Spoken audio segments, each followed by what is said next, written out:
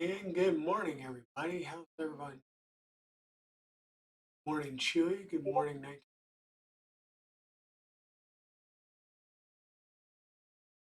Is this a raid? Is this? Let's see. Nope.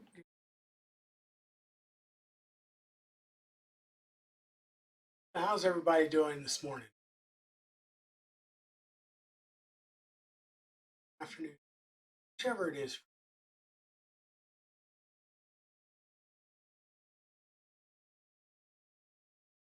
Coffee. Doing good. Doing good. Like I said, it's a little bit of a slow morning. Thank you very much for the Doing resub, pretty 19 okay. Watcher 99. How are you? Appreciate it. Yeah, sun's a shine. You know what? That's a good comment. Let me double check here. Yeah, sun's starting to shine and it's not raining. Looks like we still have a little moisture burning off, but not too bad. Not too bad. So yeah, it's a little bit of a long night. Um, I went over to Evil Diesel's yesterday and met some of his friends, and I think we're gonna start getting together and maybe do some Warhammer 40,000 figurine painting, and gaming, and stuff like that. Okay, what part of the country are you in, Chewy? I'm over here in North Carolina, and yeah, it's just been dreary and cold the last whole last week. Miserable. We've actually had freezing temps down at night. Yeah, okay, so Ohio, yeah, so you're a little north of me. Yep, yep. I think we've missed a lot of the stuff that kind of came across the states, and I think it kind of came across and went a little bit up to the northeast. So we've missed some of that, but yeah, it's just been cold and nasty out here. Okay. So we've been doing, I've been doing a lot of prints over the last couple of weeks. The uh, Speaking of Warhammer 40,000, the Warhammer 40,000 helmet is going well print wise. So you remember we decided to go with the Xyltech, I believe it was a cobalt blue that Western had sent us. Yeah, the cobalt blue metallic. We use that as the accent color. And so got a few of the pieces. We've got the temple bead. And my plan is there's a centerpiece that goes on these. And I was thinking about doing that in the silk chrome and seeing what that looked like. But we got the temple beads. None of these are fully glued on yet. I'm just still trying to figure it out. We've got the Maltese cross and top head scoop that goes over the air inlets. So I was still debating whether or not I was going to reprint this in the bronze, keep it with the blue.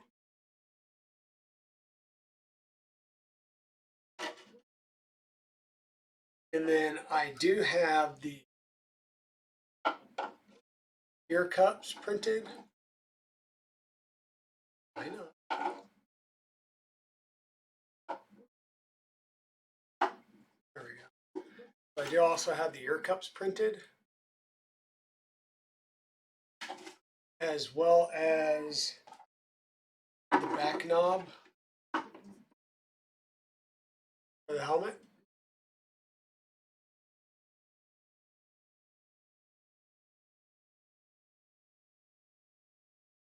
Is that the metallic red, Chewy? Because yeah, I went on to, when I finally saw that post, I went on to try and get some, and it was gone.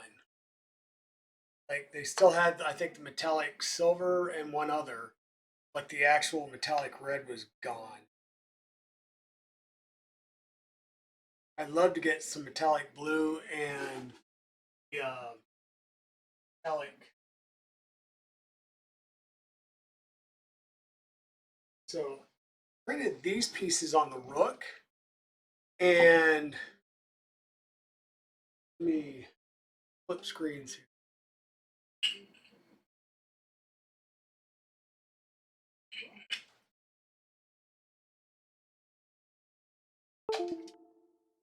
So using the Raspberry Pico for your Stream Deck, it works great.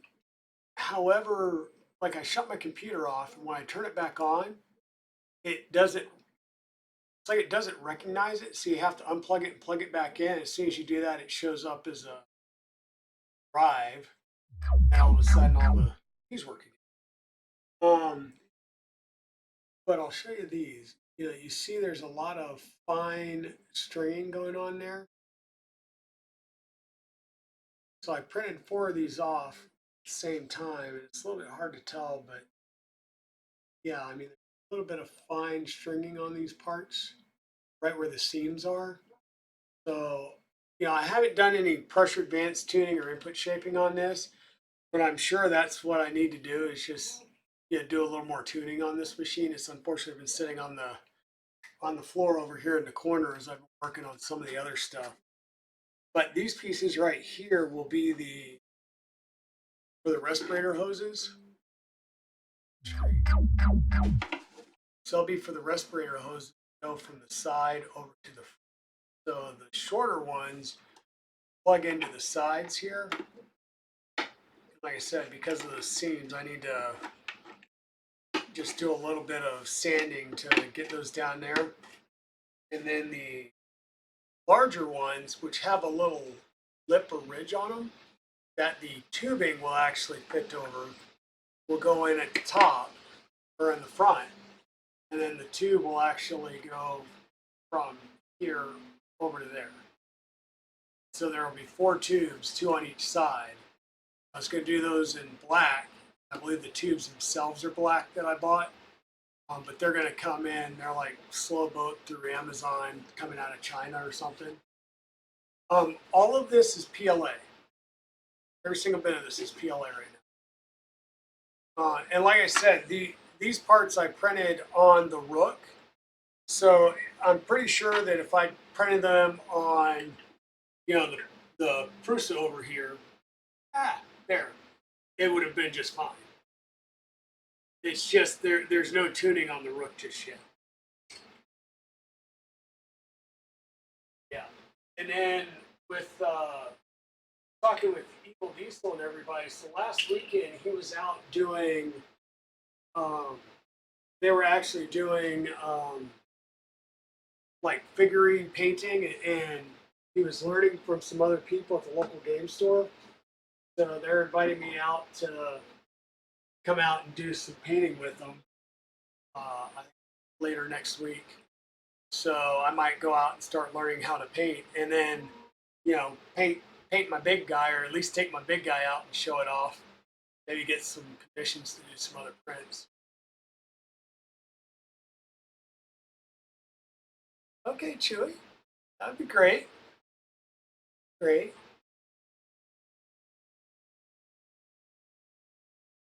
Yeah, that helmet is so sweet, and I'm trying to say, I think it was Free Heathen that showed it on his stream, and so I had to go out and look on it. And it's a guy on, or it's SoCal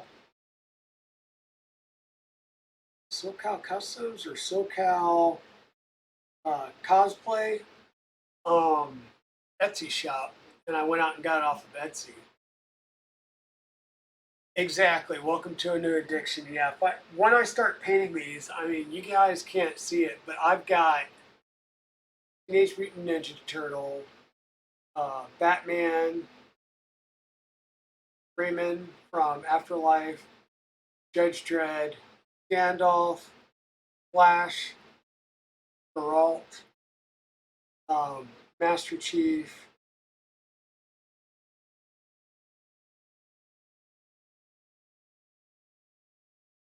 One guy off The Mandalorian.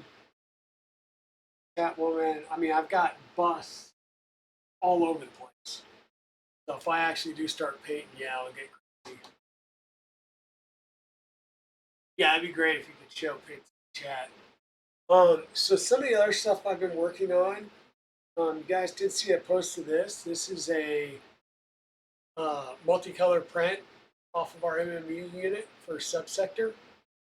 This is a true multicolor print, not just layer changes. Some dude set this up originally for layer changes, but you could um, redo it and slice it as a multicolor, which is what I did. So we got this for subsector. And I like this little guy. This is a Peekapool. And so this is Polymaker Black, Polymaker Red, and Polymaker White. And you'll notice, like in the eyes and everything, that I didn't get any bleed over. And there's little accents of white throughout here. This little Pokeball and stuff. And there was no issues, no bleed over. All the white is white. Now I do have some rough spots on the bottom and the back sides, but that's because I didn't put any supports on this like a idiot. You'll see there's a little roughness down here at the bottom. Same thing on the bottom sides of his tail. And there's a bunch of strain coming out the back because the lens, I didn't even think about supporting his swords, but or his little Pokeball. So there's some. But overall, I mean, I call this a successful print because once again, there's no bleed over in his eyes or in these little belt parts that are white and black. Yeah, it's working well. It is working really well. This was, I'll say, this was kind of like a little torture test for it.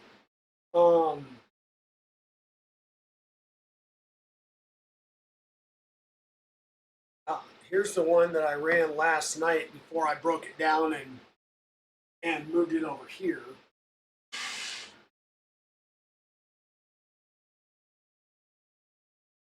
So this is a articulated lizard. And all I did was just go and select each section and say, choose a different color. And this one, the white is getting some of the, there was some bleed over on this one.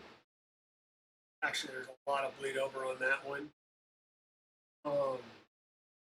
But I mean, to get a multicolor flexi where every part is a different color and it doesn't break loose to the bed and it still prints and works. I mean, yeah, color bleed, so I need to work on that one, but came out great, So, and then the purge block for it really isn't, I mean, it's big, but it's not too bad. And you'll see on these purge blocks how it's like a separate area for each color. Separate area for each color. And once you hit the end of a color section, it stops doing the whole thing and it steps in for just the remaining pieces. So yeah, that's really not bad. And I'm kind of keeping the, my purge blocks. This is the one from the Peekapool. I'm kind of keeping my purge blocks because I may wind up doing something with these down the road.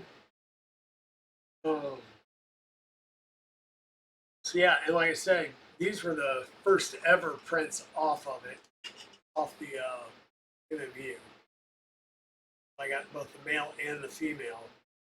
And they were 2-color, and I probably picked the wrong colors for an Easter thing, but I mean, look at those little bunny slippers.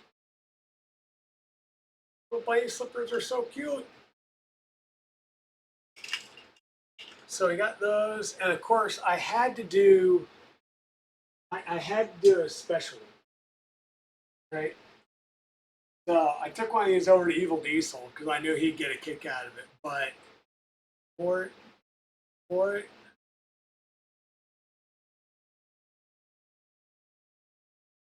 So, yep, everyone is a 3D printer. It's just perspective and how you look at it. So this is a true multicolor print. This isn't layer change. It's not, it's all one thickness. So it is true multicolor, not just layer changes. And you'll be able to tell that on the side. But,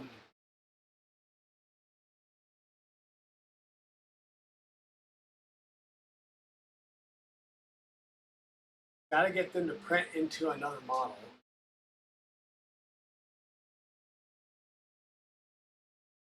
Not sure what you mean by that one, Chewy.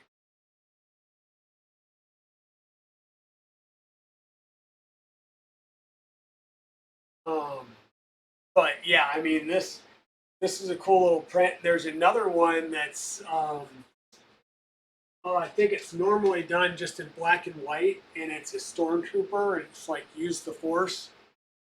And I was like, yeah, that was probably gonna have to happen too here in the near, just because. Well, why not?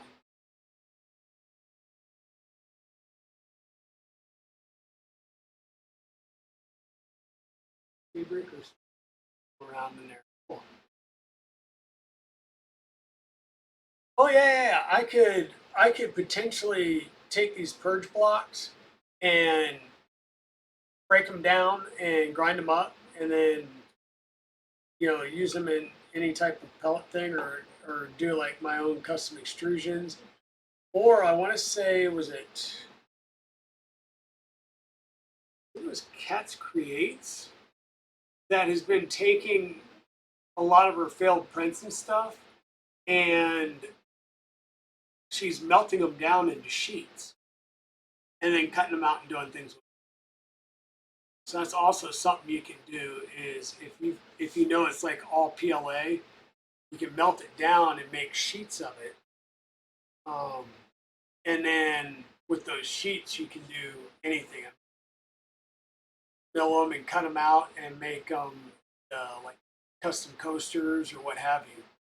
But she figured they would all melt together and just make one blah ugly color, and they didn't. They actually, you can like do the whole 2-pit thing and like swirl through them and make swirls. So yeah, like a sacrificial color print.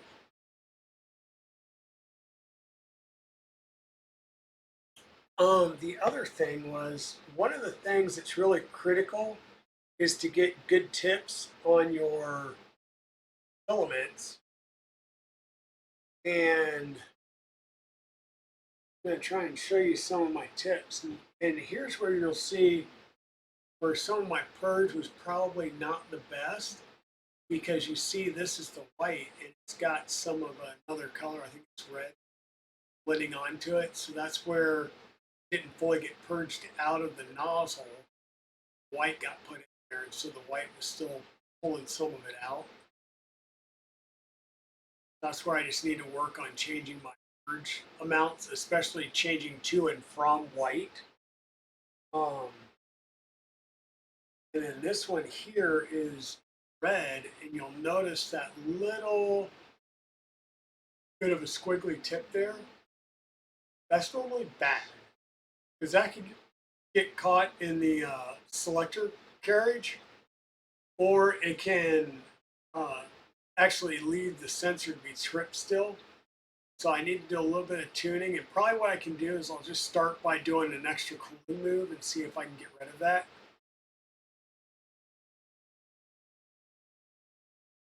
Gray. So the gray was the non polymaker. This is actually, focus some. Come on. But the gray here is Jesse PLA. I got a really nice tip on that one. So that one was working. Of course, I normally run Jesse a little hotter. So the fact that it was running at a lower temp probably helped. Yeah.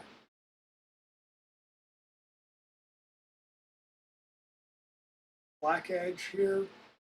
came out really, really nice. That one was like two. And then gold. And so I figured that this would happen with gold because gold is a silk. So there's a bad string. So this one I really need to work on tuning again. And it probably could have just dropped the overall print temp. That would have helped. But yeah, gold, anytime you're running silks, they string a lot if you're not, well, they're more sensitive. So, those long stringy tips there are what will cause a filament sensor to stay triggered, especially if it does break off as it goes through the selector switch. So that MMU does have a filament cutter.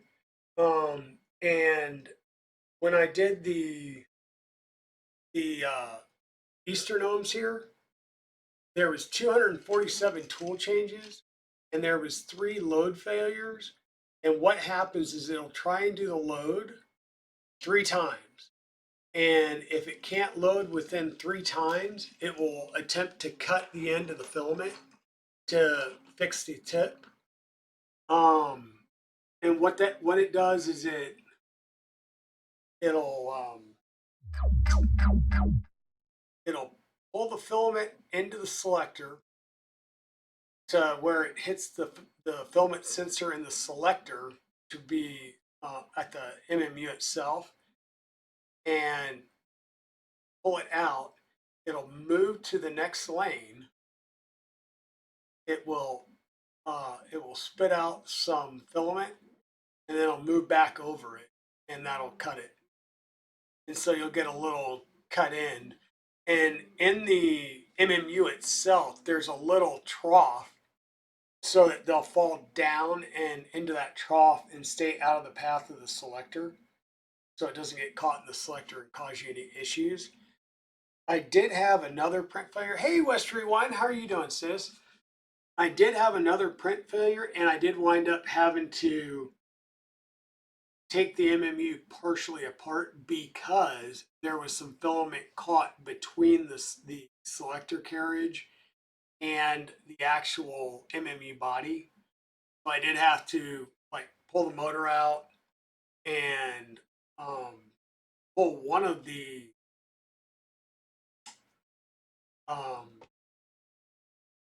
hardened steel rods out. Then that selector could pivot. As soon as I pivoted the selector, the piece fell out. Okay, that's good. I went ahead and cleaned all the little cut tips off. Got that, just cleaned it. But what you see over here right now, let me potentially drop that camera down just a bit so you can see it a little easier.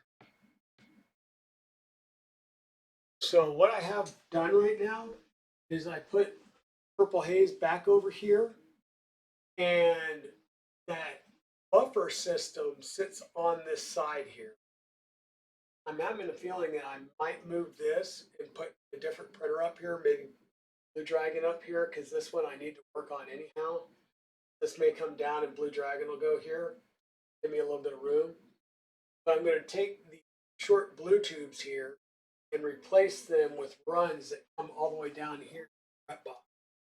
So 5 filaments that I've been using are in here, and I do have the filaments loaded through the top port connectors.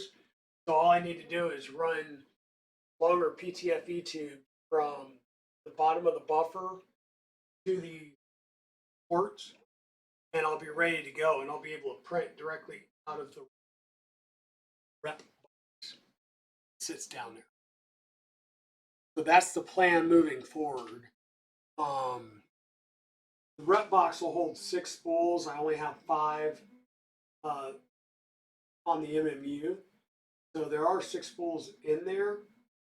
So I think the first position is the one that I will use because it's the closest to this front edge that I can use to switch those colors out. And the other 4 will pretty much stay the same, kind of primary of black, gray, white, and have red.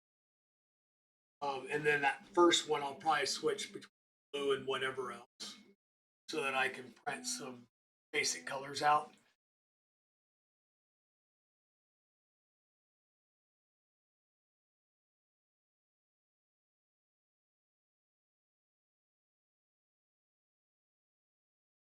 Yeah, so it, I don't want to say it's necessarily retraction. So there's two things, and once again, this is watching Chris Riley's YouTube videos with his for the YouTube. One is making sure that you go into that secret menu and set the length between the MMU unit and the extruder gear.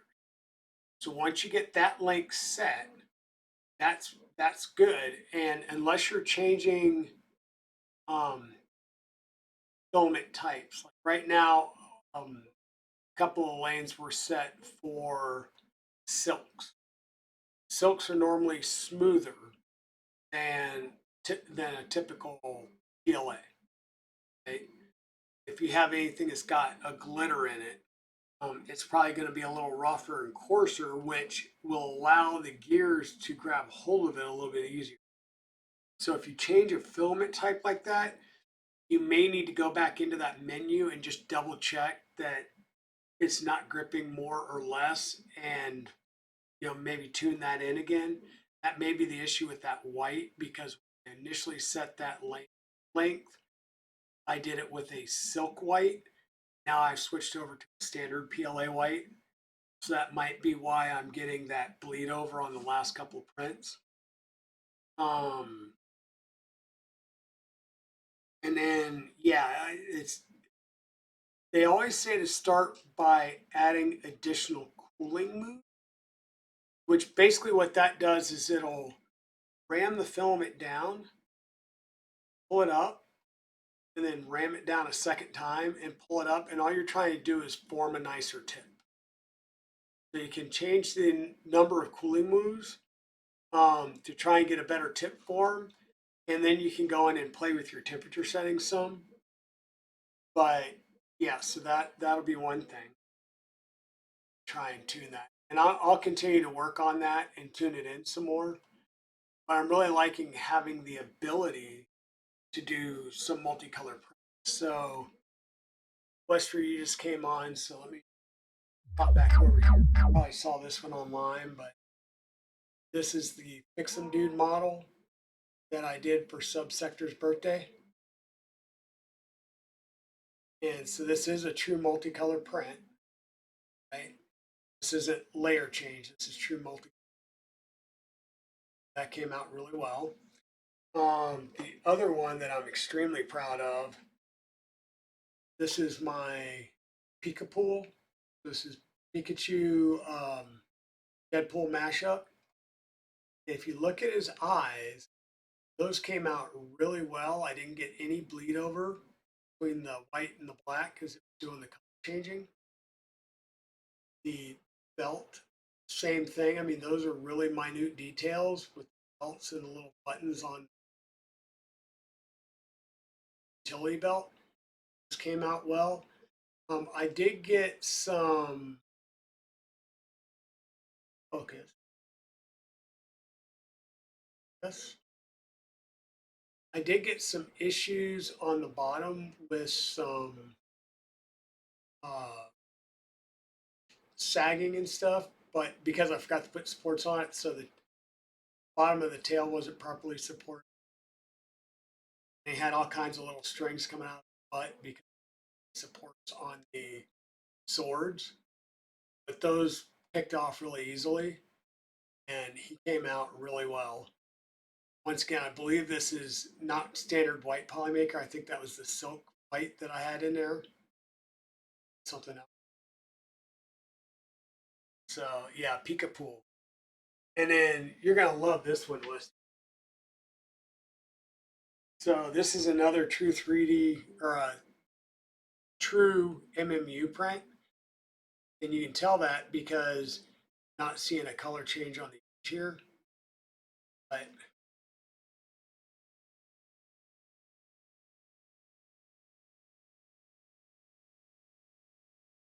So there's another one that's similar to this, and it's a stormtrooper sitting on a toilet, and it says use the force up at the top.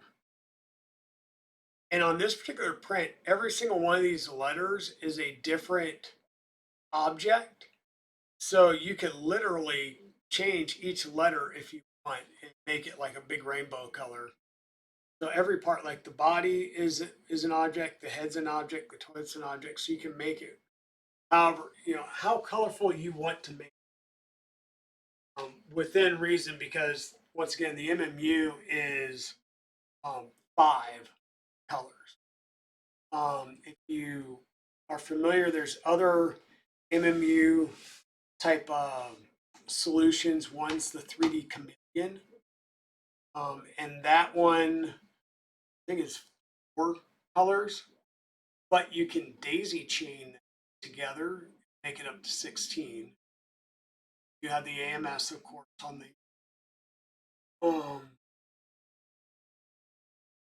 the Bamboo Labs P1P and X1 Carbon. I did look, and it says that I can show pictures and I can talk about it. I just can't provide any of the files for the MMU beta that I'm working on right now. You try to talk Watcher into letting you get into getting an MMU or an X1 Carbon or P1P. Because quite honestly, what I'm seeing is there's a lot of goodness to the X1 Carbon, but for the price, yeah, we will want to say here, Chewy. For the price, I think a P1P with the AMS would be really cool as well. But yeah, the bamboo, it's like anything else. You have people that really like it, and then you have people that are like, nah, this is garbage. So it just depends. Now I will tell you, for the price, I would expect to not have to tinker to make it, right?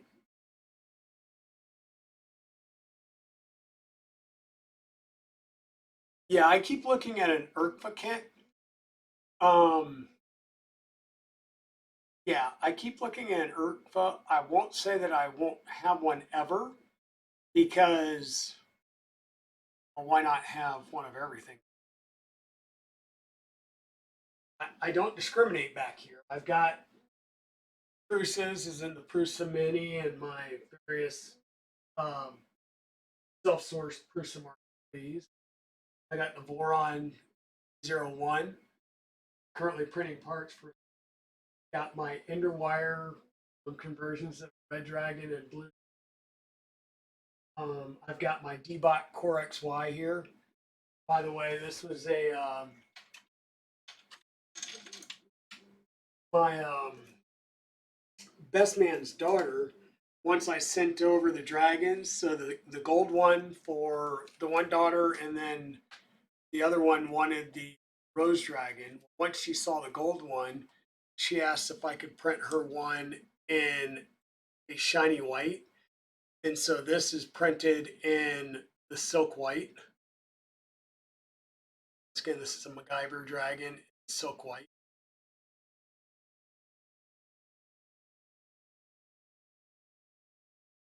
And no stringing whatsoever. This came out really well.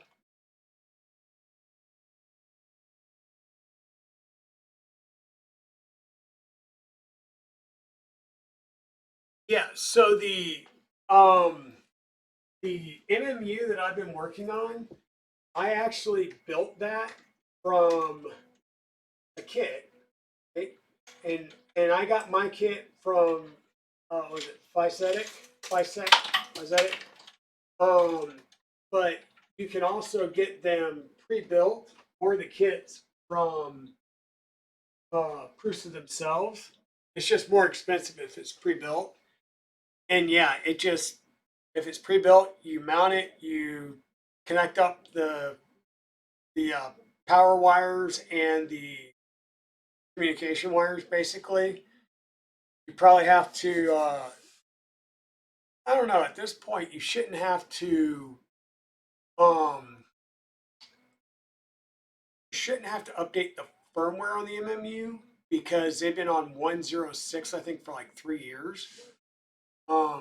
They do suggest that you run the latest firmware on the machine. And then it's more that you just have to go into Prusa Slicer and go in the configuration wizard and add the Mark III plus MMU profiles, and boom, everything's already set.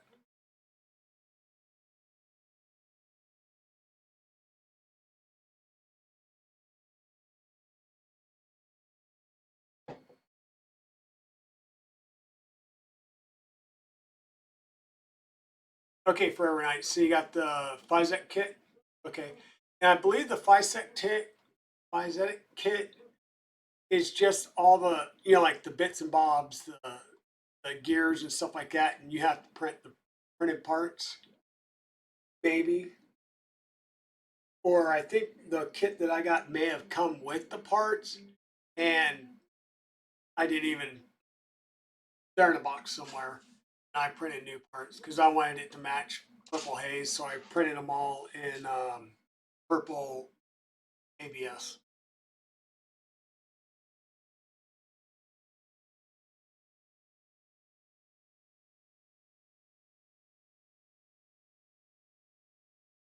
Oh yeah, Forever Night. I mean, you can go back and look at the 2 streams that I did, and yeah, definitely reach out to me uh, on Discord or Twitch or something, and we can get together and chat about it.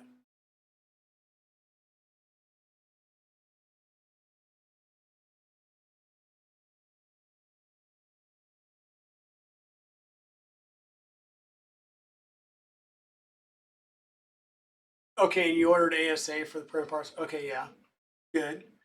You're good. Um, so Westry, you came in a little bit later. So I'll bring the helmet back out. Just show you what I've been working on the helmet. So we've got So we got our helmet, and all of this is just dry fitted right now. But we've got the Maltese cross at the top. Got the hood scoop, and I'm not sure if I like it being a different color. If I want to do this in the bronze, but it is a separate piece, so you can make it a separate color. The temple rivets. So I wanted to do the blue for the outer edge, and then I'm going to do silk chrome for the inner piece. So I think that will come out well.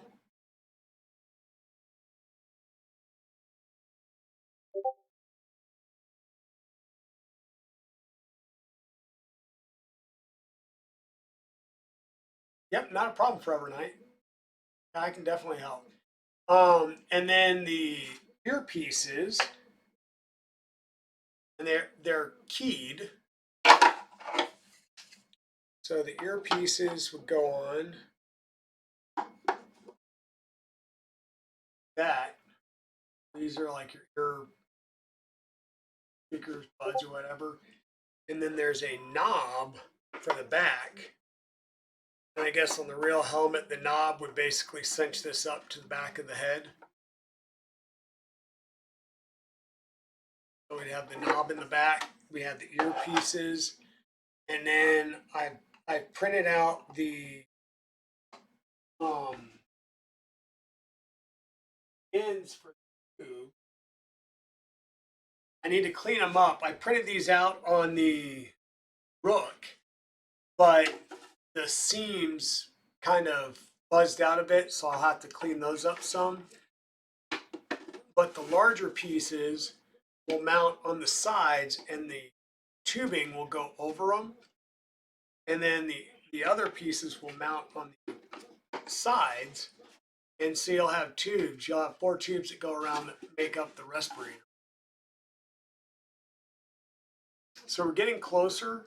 I also have the the highlight pieces for the chin. So I'll put these in, and I think on the chin, um,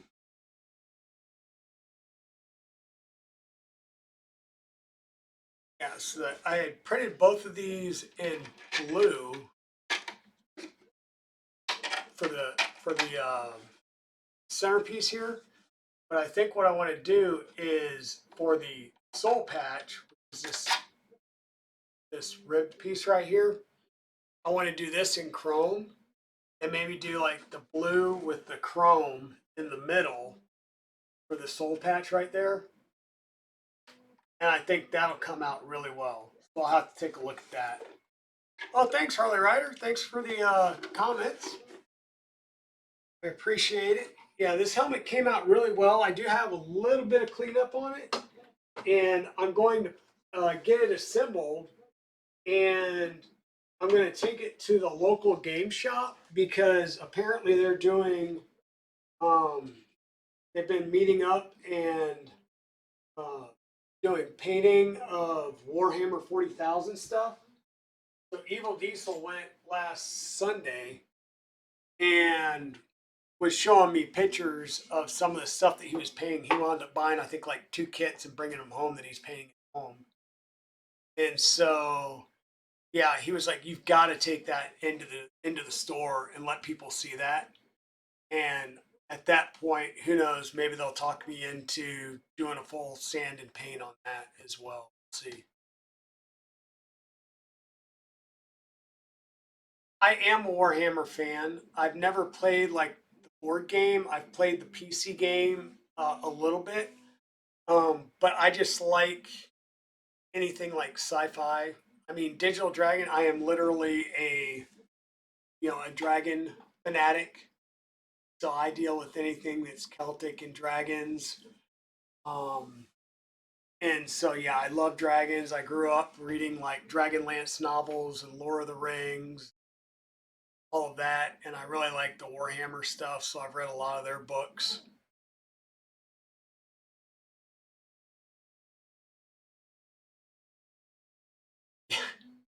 Well, thanks, Chewy. Yeah, yeah, I probably just made a new friend there with, hey, you like Warhammer 40,000. I just think it's cool. Um, and definitely, I think they're gonna start getting me into painting some miniatures, and I have a feeling I'm gonna go over and start gaming with some as well. So, Evil Diesel, did you send me a picture that I could possibly show? So I gave him one of my old TVs, and he converted it into a gaming table for tabletop like D&D gaming, and he's actually coding um like the maps. So it'll be set so as your character is walking around, it you only see what's within your standard eyesight view. So you don't see the whole map until you have to explore to open up the map. And when you walk into a room, your light is like the cone shaped line of sight. So you don't get to see around corners. You don't get to see the whole room, just what you would normally type see. And yeah, it doesn't look like I have too many message.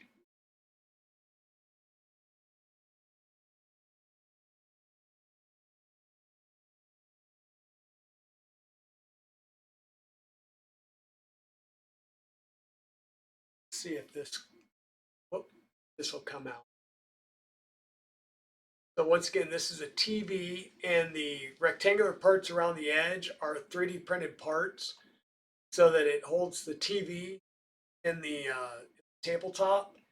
And then it also holds a sheet of plexiglass over the top so that you can actually have your miniatures and your characters sitting on the plexiglass.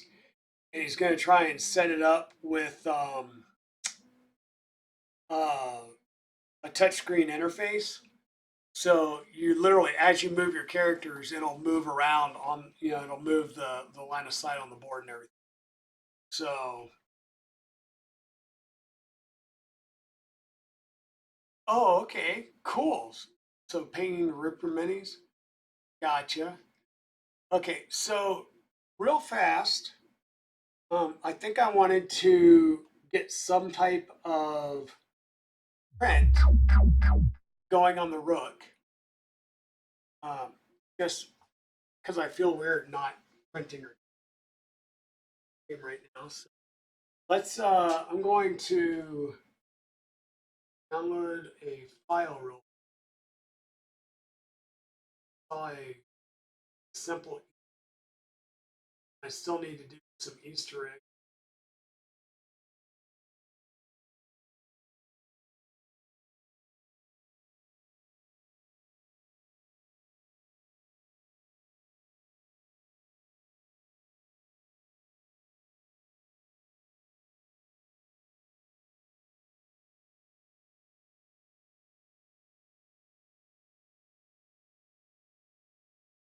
And once again, on my Rook, because it is a um, it uses the Zero bed. I literally took my V0 profile and simply modified the bed settings to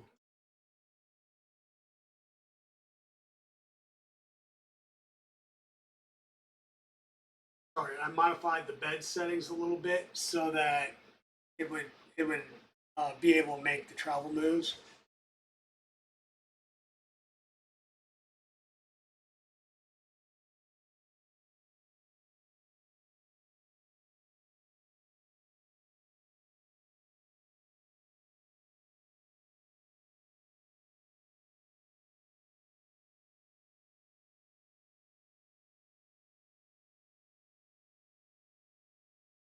The other thing about this egg that I found that's pretty cool was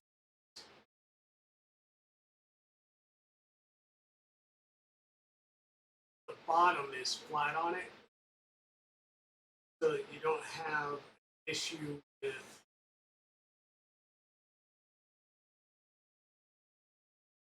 an issue with having to do a bunch of and everything shape.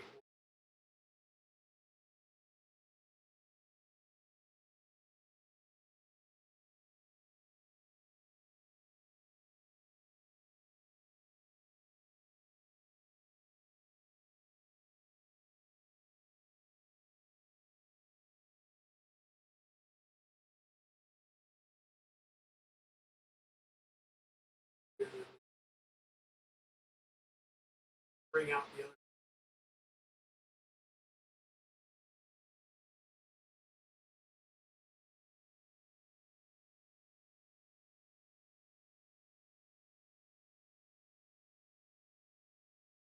I figure what I'm going to do is use up some of this Yusu filament that I had sitting here. It's easier to kill off the roll than get into anything new.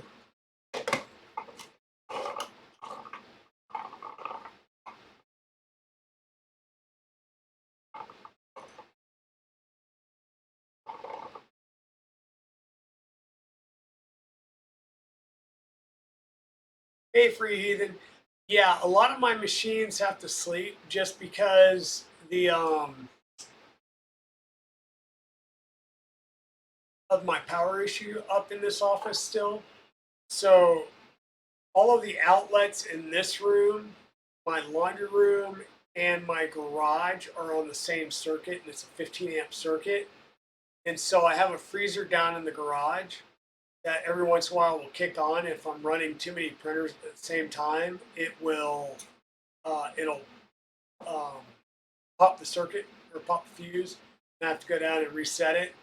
And the only thing that will stay on when that happens is the Crucible Mini and the Boron V0 because those are the only two up here right now tied into an UPS. But the plan is to right next to the two circuits that are the two outlets I have in here, I'm going to drop two new circuits, and each one's going to be a 20 amp circuit. And I'm going to try and do that come off those 20 amp circuits and put in ups as well. So everything will be tied into the ups. The ups will be plugged into a 20 amp circuit. So I should be able to run multiple printers up here without any issues.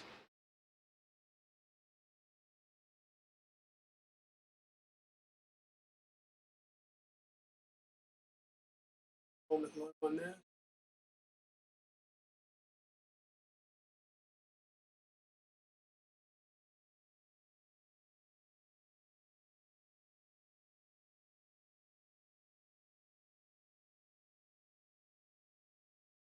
Hey, Rip Artist, how are you doing today?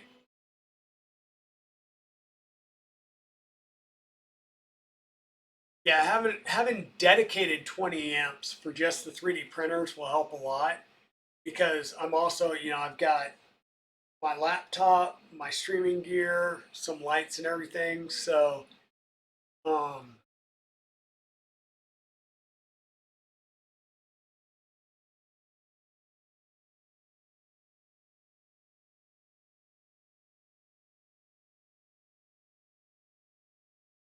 exactly. So yeah, that's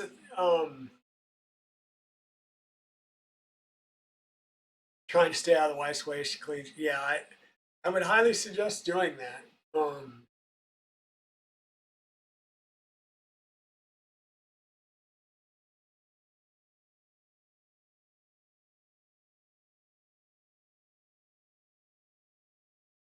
I've got to change some of my macros.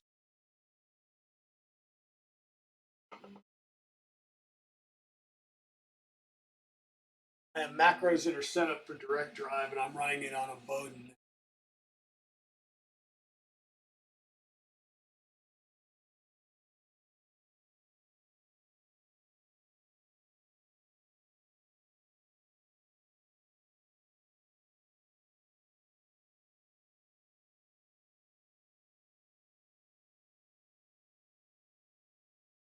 Because that's going to take a day.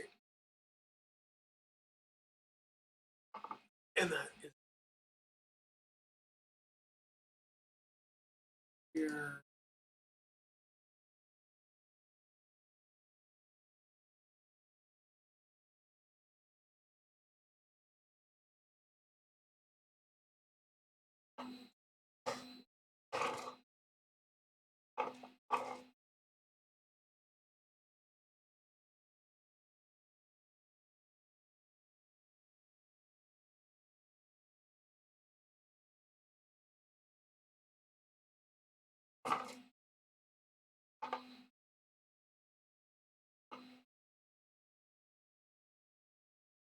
Hey, we finally got Filament.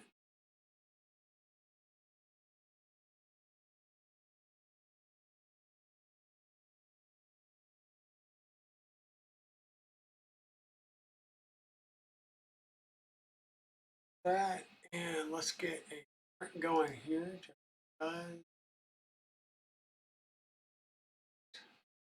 Started. Oh, Free Heathen and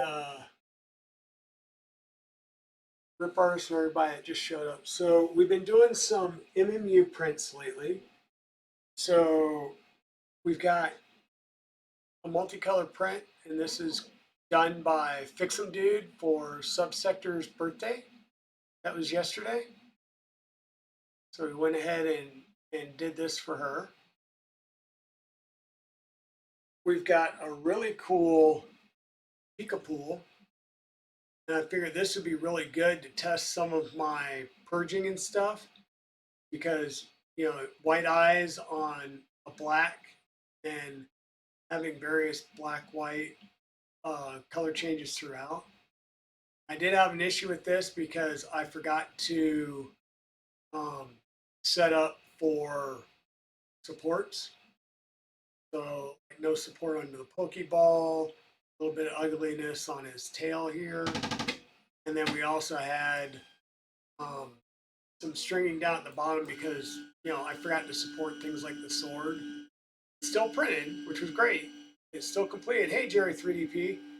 But yeah, I got my MMU fairly well dialed in here. And then I switched, I believe this is the silk white. And I switched over to regular white when I printed this one, and my purges are apparently way off because that is a lot of color bleed into the white on here. But this is a flexi, and I would say I have things at least well tuned in from this aspect of I printed a multicolor flexi with each section being a different color, and it completed, and it's flexi, it works.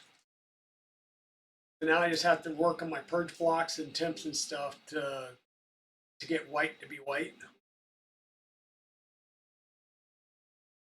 Hey Jerry 3HP, Rip Artist, everybody, thanks for coming in and joining. The other thing I've been working on for Heathen, you haven't seen this one in a little bit, so it just up third or fourth time, but we'll bring it out again because it's just awesome. My Warhammer helmet. So this is a Xyle. So this is a Polymaker metallic bronze for the main helmet, and then the blue pieces are Xylotech Cobalt Blue for the air scoop, Maltese cross, and the outer rings for the temple studs. My plan is to use chrome for the stud in the middle, and then I've used, I believe this is Polymaker Galaxy Black that I'll use for the tube ends, and I'm just waiting on the tubing to come in to do the 4 ventilator tubes. And then I've also got the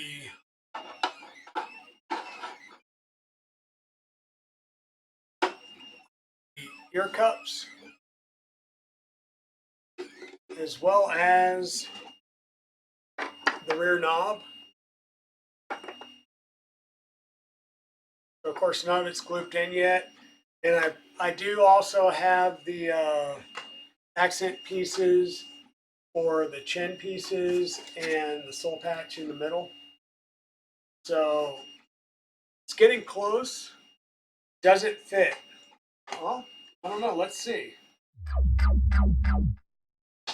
Glasses have to come off.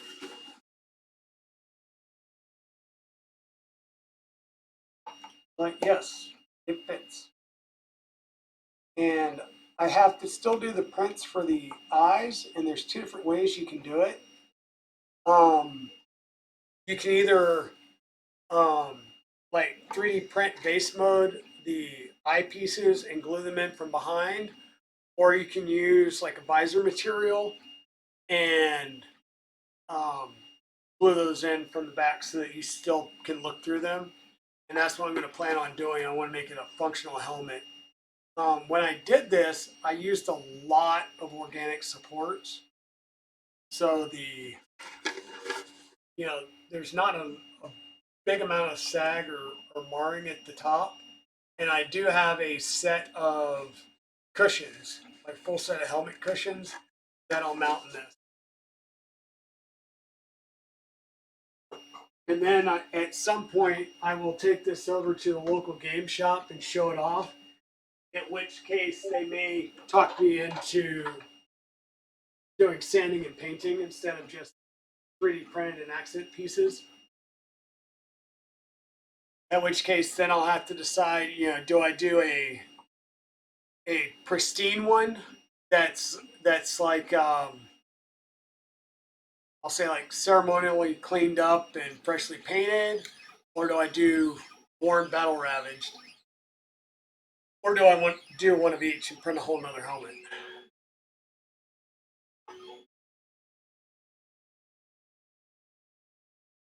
Yeah.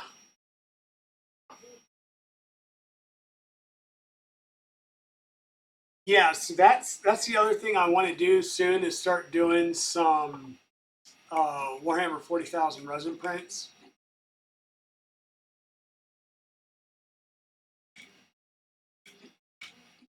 And I've got an issue on this. Good.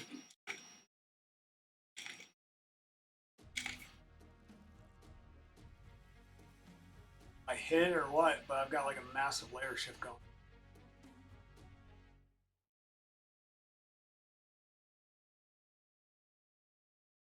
That off.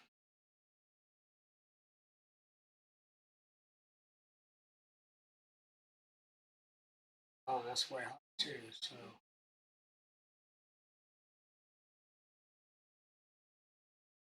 That started again.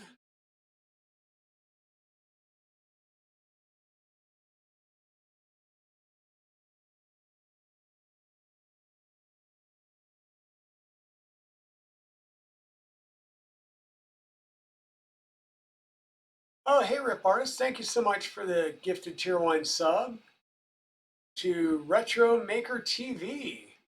Awesome.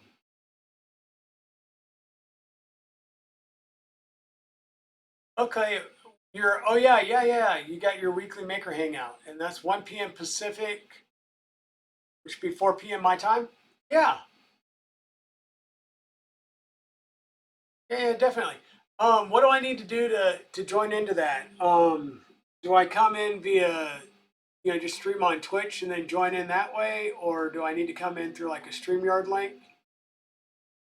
Just let me know what I need to do, Jerry 3DHP, and I'll definitely join in. Hey, West everyone, thank you so much for the cheered biddies. That's awesome. Thank you. Cheer 100. All right, cool. Thanks, Jerry 3DHP. That's awesome. The other thing, hold on a second. Let me do the offset on this.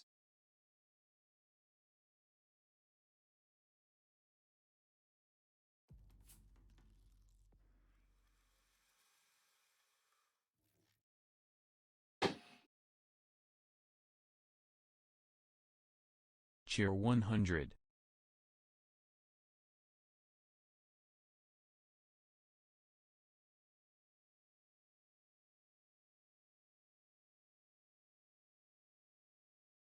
Issue.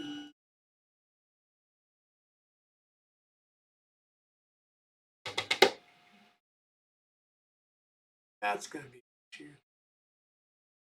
What's going on here? Oh. Belt's got so many.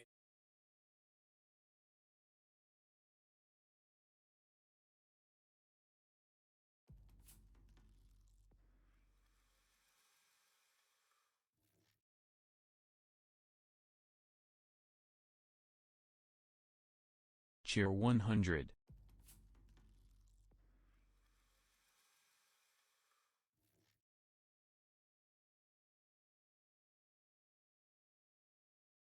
Corgo 100.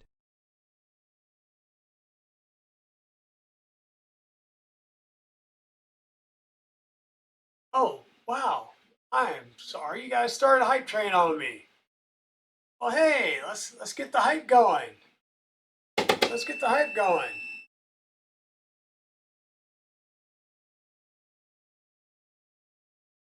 Okay, so what the is going on with this?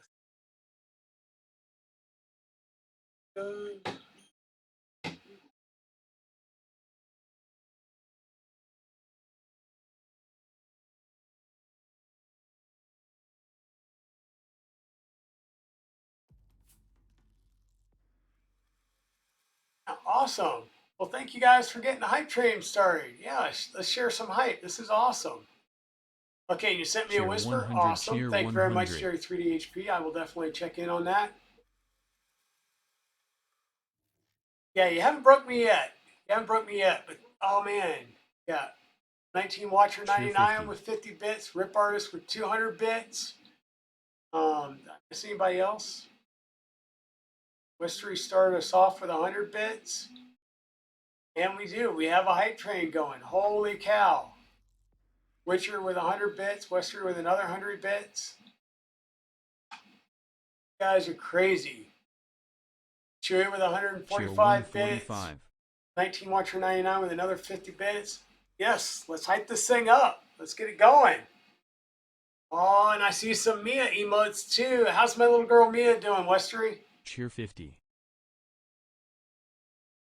You sent me some pics in Discord for every night. Awesome. I'll have to check those out. Rip Artist with another 110 bits. Thank you guys so much. That is so awesome. So awesome. Party 100, Party 10. We're going to see if we can't get this to start again and maybe actually print this time.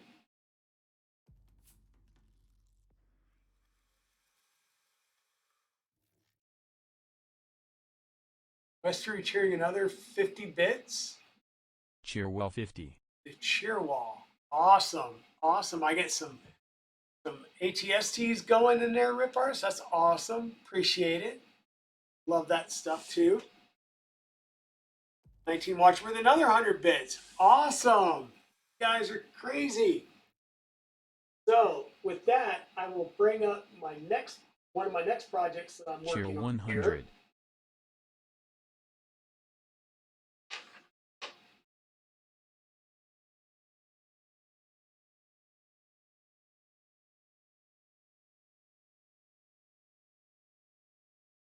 She's sharing her treats with me. Yay! She is such a good little girl. So we've been talking about MMU prints the last couple of streams. Yeah, we got level 1 completed. Awesome. That is so awesome. Exactly. Let's go, Westry. Let's go. Let's keep it going. Let's keep the hype going. See if we can't get some more people in here and get the community going. And I'm definitely looking forward to getting out on Jerry 3DHP stream and getting more involved with the community. Hey, Rip Artist, thank you for another 100 bits cheered. That is fabulous. And Party 19 100. Watcher 99 with a tier 1 gift sub to Zombie Hedgehog. Awesome. Awesome. Yeah, I like watching Zombie and a lot of his streams too, because he works on a bunch of, I'll say, different. I don't want to say obscure, but some different printers and stuff. And I do have one of those projects coming up soon as well, that we'll talk about as soon as the hype train's done with. But yeah, let's continue to hype it up. Let's keep this going. See some of my little dragon hype emotes and the coffee. Yeah, definitely. Got to have the coffee, especially Saturday mornings. Coffee it is. And I hear Westry's big on chicks and ducks. Right? Chicks and ducks. Westry, I know you've had a lot of issues with the storm damage and stuff like that to the farm, but do you have your other stream going again with the chicks and the ducks and everything, or are they still all inside?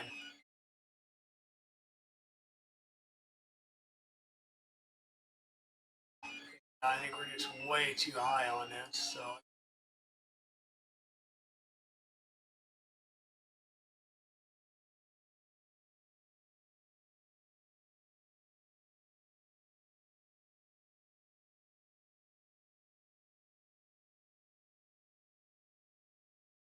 That looks a little bit better.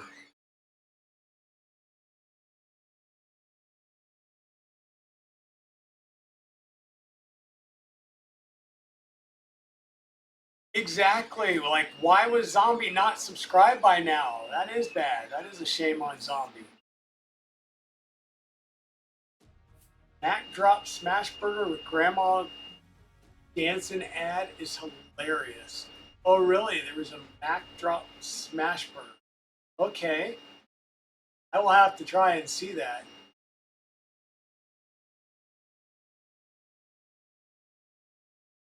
Awesome, Watcher One. Thank you for another gifted one or gifted tier 1 sub to Lucas Surge 83. Awesome, yeah. Building the community, getting some more people an opportunity to come in, see the channel, check out the things that we're working on. And some days it's just going to be a little bit of a chill out stream, and we talk about some of the changes that are going on in the layer, and then other times we'll be talking about some new and interesting projects that we have coming down the pipe and working on. So, yeah. The outside coop was damaged, so they're in the barn. Yeah, I forgot about that too, about the cold spell we just had, because we've had freezing temps the last, I think, 3 nights. Exactly. Bring someone random in, show them off to the stream. Maybe they see something they like and they hang out and enjoy the stream. Yeah. All right. Thanks, Free Heathen. Yeah, definitely lurk if you need to, and take a rest. Or I think you may be streaming later on today, so possibly getting ready for your stream. Yeah, I'm so glad you were able to make the stream as well, Rip Artist. I try and do Tuesday afternoon or Tuesday evenings, so 5 p.m. On Tuesdays. I've had to push a couple recently because of work. We're getting ready to go into our next year fiscal planning, so I don't know what that's going to do to my schedule, but I might have to start pushing back a little bit more to 6 as a start time. And then Saturday mornings, I like to do that because I can get up and do it while I'm fresh, and kind of keeps me from having to spend the day in the yard. Then again, it's been too cool to do that. But yeah, it's awesome morning. Thank you all so much. I think we just finished out. Was that a level 1 or a level 2 hype tree?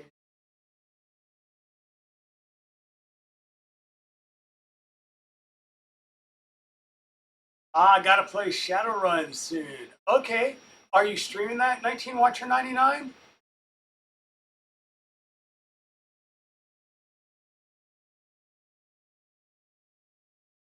Yeah, Tuesday nights, 5 p.m. and normally Saturdays at 10. I have had to slip to Sundays a little bit just because I have some prior commitment dates on Saturdays for my hunting mentoring program that I'm part of. And so I'm actually mentoring new hunters.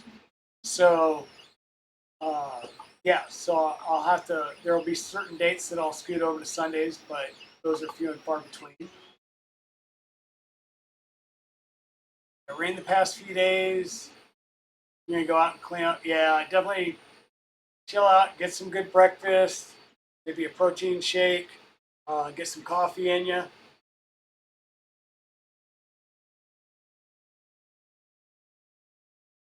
Oh yeah, so I knew we had cleared level 1, but 1.5, that's good. That's good. Appreciate all the bits and subs, everybody. I'm not sure. Oh, okay. So according to my Twitch, we actually completed level 2. And we had 3 gift subs and 1,205 bits. Thank you very much, everybody. That was awesome. Great hype train. Thank you so much.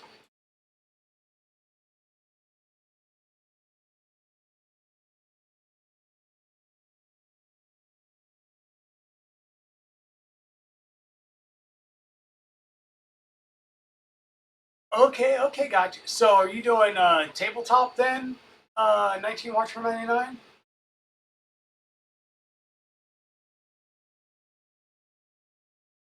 Oh, thank Rip Arts. Yeah. So I actually got started hunting through this program. I will say I'm a late adult onset hunter. And so, having that opportunity presented to me was so awesome. So I decided I wanted to get back, and so I've been mentoring in that program the last 3 years. So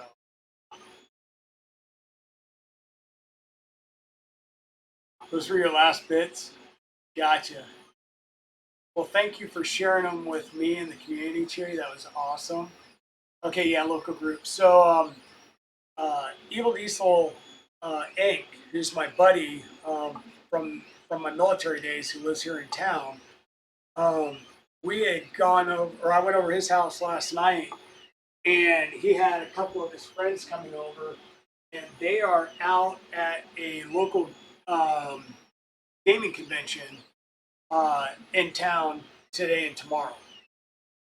So I forgot all about it, so I didn't get tickets, so I won't go. But they're trying to talk me into starting to come over and take part in some of their games. I've never done D&D board games, you know. So I'll have to learn from scratch, but that's cool. Why not? I've always liked that genre and stuff, so I just need to get in and figure it out.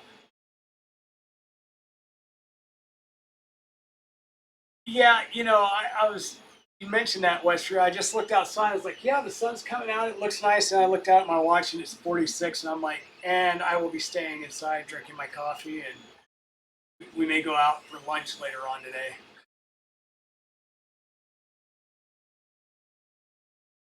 Yeah, that's why I figured it'd be a lot to learn, but definitely something I'm willing to do. Yeah, Bang, do it. Yep, yep. I'm sure I will. And they want to start getting me into, like I said, painting tabletop characters and stuff. So I'm sure I'll start spending more money doing things like that. Yeah, not too much D&D combo rip artist. So uh, 19 Watcher was just saying they're getting ready to start their Shadowrun session. So she'll probably be dropping off, or he'll probably be dropping off shortly. And yeah, I'm sure I will start playing some tabletop D&D stuff with Evil Diesel and some of his gang. Yeah, it's still going on. We still got it. Like I said, I've always I've read a lot of the books. I like the genre and stuff, but I just never got into the tabletop gaming when I was younger. So it's probably something I'll do now. And the new was it D&D Dungeons and Dragons Honor Amongst Thieves is getting ready to come out this month too. So it'll be interesting. Exactly. Having a group that you can vibe with and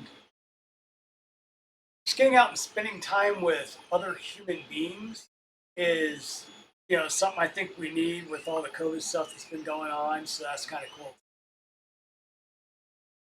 Yeah, there's a couple of good movies that have come out, and I haven't been to the movies in so long, so I need to get caught up on some movies. Yeah, Humans. Awesome Forever Night. Your birthday's coming up this month too? Awesome. So we've been talking about multi-material units. And so I am on a closed beta for an MMU, and we'll see if anybody notices any logos and stuff. But this is the MMU I've been working on. I figured, okay, I'll get the standard rail and the standard. It's a 200 millimeter extrusion, and I believe it's 200 millimeter rail or thereabouts. It's an MGN 9C rail, and I had an LDO motor, and this is the right motor for this side, and ordered the right motor for the other side. It does use a servo to do the actuation, and what it'll do is it'll lift the motor up, move it to whichever lane needs to be, and then rotate it down into place. And so this would be the front side. This would be the back side. And what you're seeing here is currently a 11 setup. And I do have another part printed so that I can turn this into a 12 lane setup. And the way the lanes work is they're really easy. It's got the press fit connector that presses into the side. And at the other end, it is a 623 bearing held in with an M8 screw. And that's your lane. And we use basically a set of Bondtech gears in here.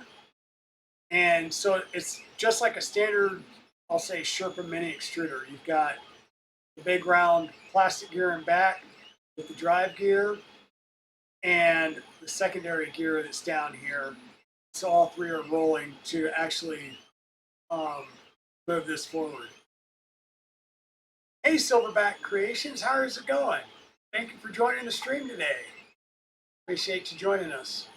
So yeah, so this is a beta for a new MMU type. So with the Enraged Rabbit carrot feeder, it's a little bit more like the Prusa MMU in the fact that each lane has a Bondtech gear in it. So you're having to buy a bunch of Bondtech gears. Right? Here I've got one Bondtech gear set, and then everything else is a 623 bearing. Right? So on the MMU, you've got the revolver that's got the 608, I think it's 608 bearings in them, and they squish down on the Bondtech gear, and that's what drives the filament through. In this case, it's a Bondtech gear on the top that the servo drops in place and adds the tension on to run it through. And we put all the um, bearings down on the lanes. So each lane is really a printed part. You'll put a 608, or excuse me, a 623 bearing with an M8 screw and a press fit ECAS connector, and that's your lane. The sensor, which is underneath this cover here, is literally a 4mm bearing and an in-stop switch. So that's your sensor that will trigger, say that filament is loaded at the selector. Then for the toolhead side, you can use whatever toolhead filament sensor you want to use. And in this case,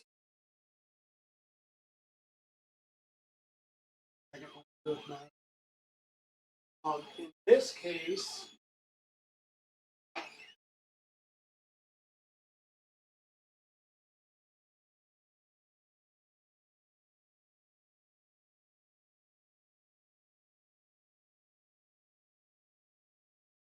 lost a box.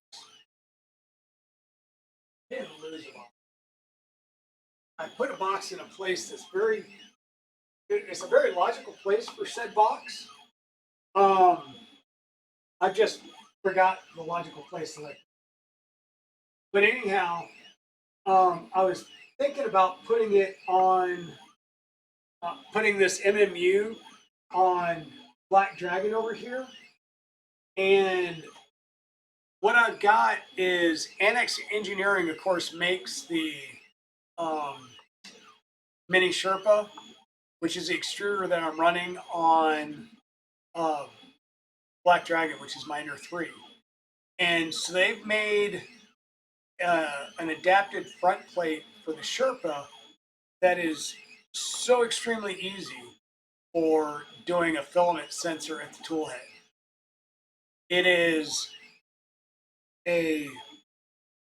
It mounts a end stop just to the left side, and the right side that has your lever for your Bondtech gears, it just adds a screw there. And so you'll screw it in or out so that when filament is present, it pushes it out and lets off on the end stop. And when filament's not present, it clicks on the end stop again. So it's very similar to what we're doing with the MMU setup that I'm using right now. So I'm like, that's an easy way to set up a quick sensor. And then, okay, so video, wait, it looks like, yeah. Video did freeze there for a second. It looks like I am dropping some frames along the way. So sorry about that, folks. It's my internet connection. And what I do is if Twitch sees this and breaks this up, it looks like I'm still tracking with an hour-and-a-half session. But what I've done in the past, like last weekend, we had some weather and it broke the stream into like 13 different sessions. And so rather than publish those as they were, I just uploaded the video from OBS up. So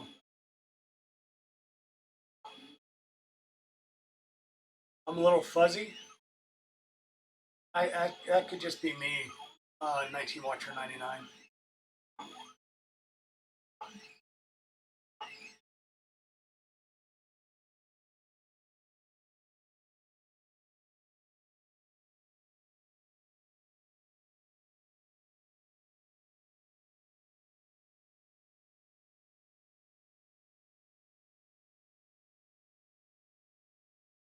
Okay. Gotcha. Oh, your printer C3PO is fussy. Gotcha. Gotcha. You have to go work on that one, Chewy. Yeah, you better stay up on that maintenance, man. And then for the control on this, so basically what we have here on this unit is, whoops, we have one end stop on the end here. So that'll be the end stop for the selector carriage to home at. And then we have an end stop once again in the selector housing itself down here that's triggered by a 4mm bearing. So when the filament goes in, it lifts the ball, which will then trigger the end stop. Okay. And then we have a servo that actually lifts the gearing mechanism up and down. We got two motors, two end stops, and a servo.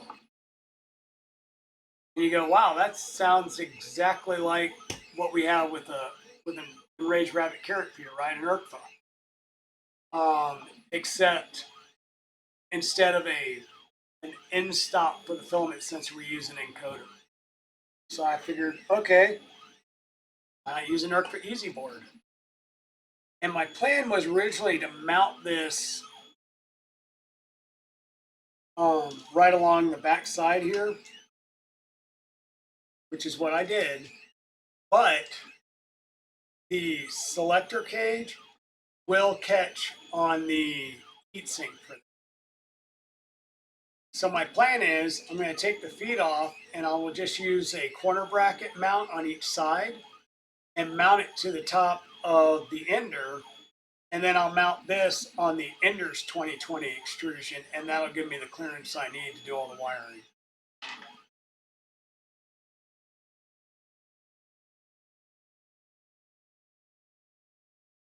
Exactly. You have to have a printer has to be fussy every now and then. That's when you remember, oh yeah, I'm supposed to do maintenance on these things, right? So yeah, this is the other MMU project that I've been alluding to, Chewy. And I just can't, I can't give out any of the files or anything like that, but I can show it online. I can post photos. I just can't give out any of the files or the source code just yet until they go live with it. The other things that we were talking about before was my CANBus boards did come in. So I have a Big Tree Tech EBB SB2209. So that is the CANBus tool head boards for the stealth burner. Right. So there will be another stealth burner video, and we can do one of two things. We can take the tool head boards on Red Dragon here and replace those and run that CANBus, which means I then have a full wire harness from Lineo that's now spare, or I can just build another 4-on switch wire or something to use. The other thing that I got was the standard EBB 36 CANBus toolboard and the UTC modules for both of those.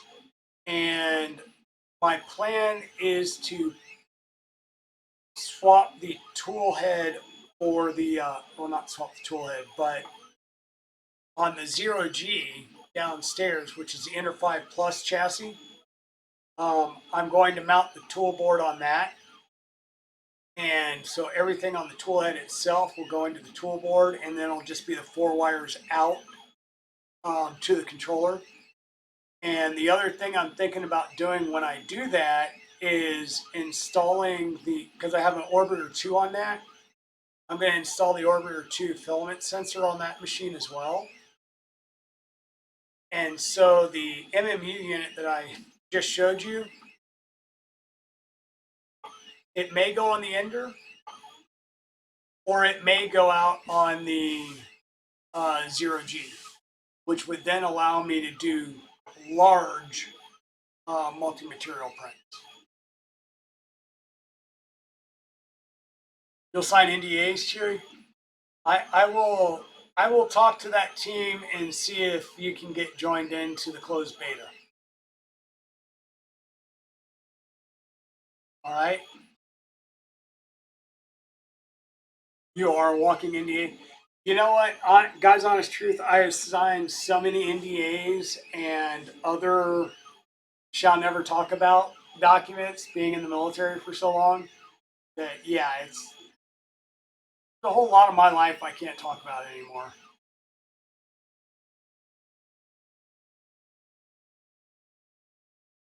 Call it chopper because printers are also sassy. Yes, they are.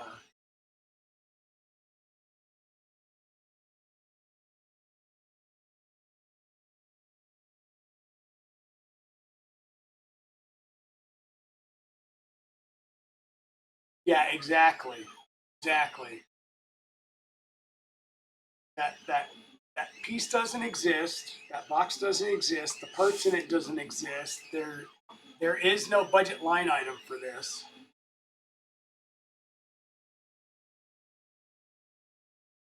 Yes, that was a UFO. No, that was not a new military plane or thing. Yep.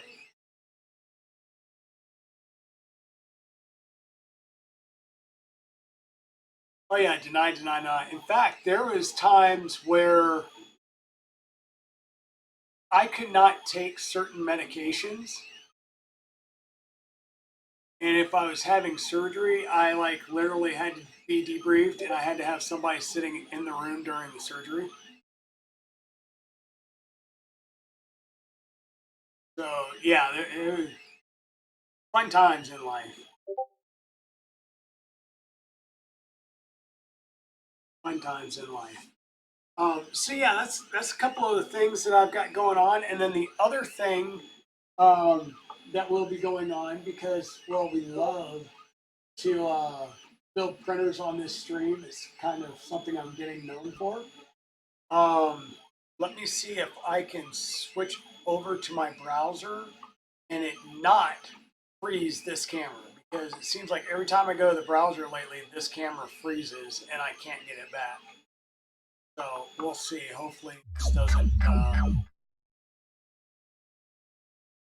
kill the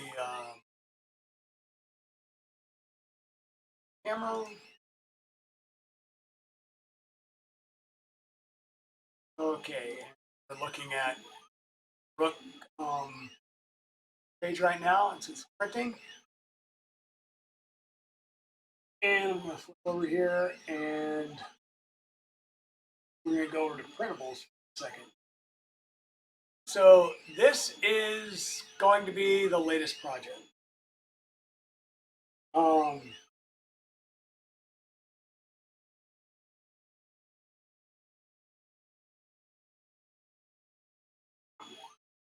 Sorry, I just had to take a look at this. So Evil Diesel just texted me from the gaming convention, and his exact words were, okay, the maker scene here is weak.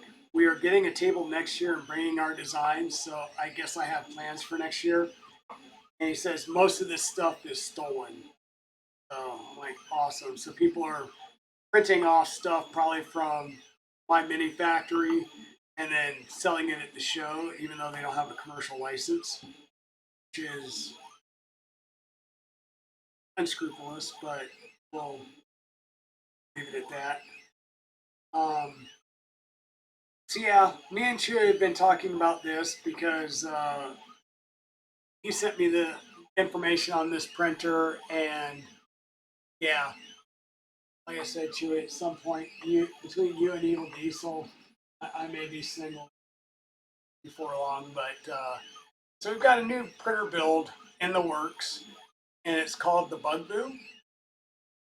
And so the intent is this is supposed to be a lower cost, like P1P, basically. So it will use linear rods for the y-axis and the x-axis. We'll have linear rods for the z-axis as well, and a triple lead screw design that's a belted triple lead screw, just like the Bamboo Labs, and it is based on extrusions. So, yeah, this is a new printer that we're going to build. The bulk of the, I'll say the purchase parts will be here next week. I don't know if I'll make it here in time for Tuesday or not. I have not started printing the parts just yet because I'm still trying to finish up printing the parts for the Cetacraft. I'm a little bit behind in getting those printed. But once I get those printed, I'm going to start printing the parts for Bugaboo. Yep, that does kind of look familiar, Chewy. Yep. It doesn't take much to bend my arm and get me to build another printer. But eventually, I think what I'm going to have to do is, I'm thinking that I will either do a giveaway stream, or I may take, well, I'm going to take printers with me to Murph in Goshen, Indiana in June. And I will most likely raffle off a couple of my printers. If anything, to recover some of the costs to build new printers. Yeah, there's a warm bed over here if you need it. And it just so happens that there's also a big pile of parts so that, you know, if you want to continue to build printers over at my place. Yeah.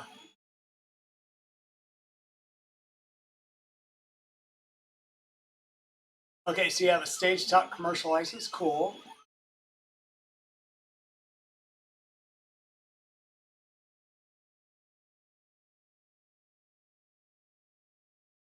The Rainbow Dragon. You know what?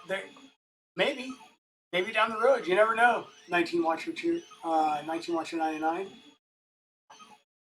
And you're going to be at Murph, Chewy? So, who all here is going to Rocky Mountain Rep Rat Fest, Colorado, next month? And you'll have the most tickets. So, start working on that pre-approval now, Chewy.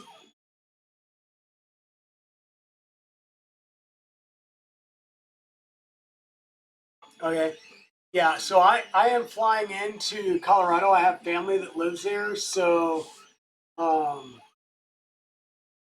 will coincidentally be in Denver, but stuck at the airport. Oh, that sucks.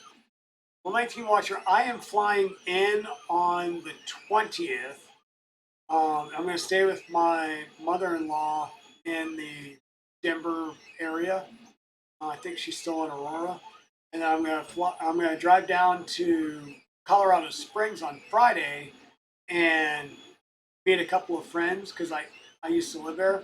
So meet a bunch of friends and stuff, and then meet my son and a couple of friends to his new house, and then I'm going to go to the show Saturday, Sunday, and then I'm going to fly back Monday, the 24th, and go to work on Tuesday, hopefully. And then, yes, I will be at Murph, and I think Evil Diesel is going to go with me to Murph, and I think he may have lodging hooked up for us for Earth, so I should possibly be at Earth this year as well. So yeah. So for Bugaboo, I've got some different colors. Of course, we all know that, at least some of us know, blue is my favorite color. So I think we're going to break out our KVP like sparkle blue that we used on Blue Dragon. I used the right camera. So we're going to break this back out some and use the sparkle blue. And I think I'm going to use this as accent, only accent. And then the other option is, which will be the main color. I've got two here. Is that spilled on that? It's kind of like wax or something. Oh, that's good. I guess I'll just have to show you the box because I have to open it up just yet. And this has the aluminum bag. Is Polylight ASA green. We have the ASA green. Or, wait for it. We have Polymaker Polylight ABS Lime.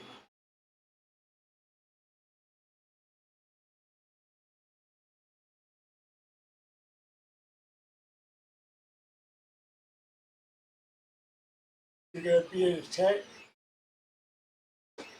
Yeah. So what are y'all thinking?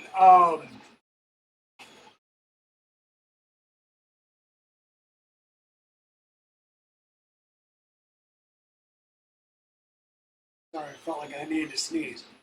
I'm thinking I like the lime green and the blue, but okay, so you like the ASA green, which is more of like a normal green.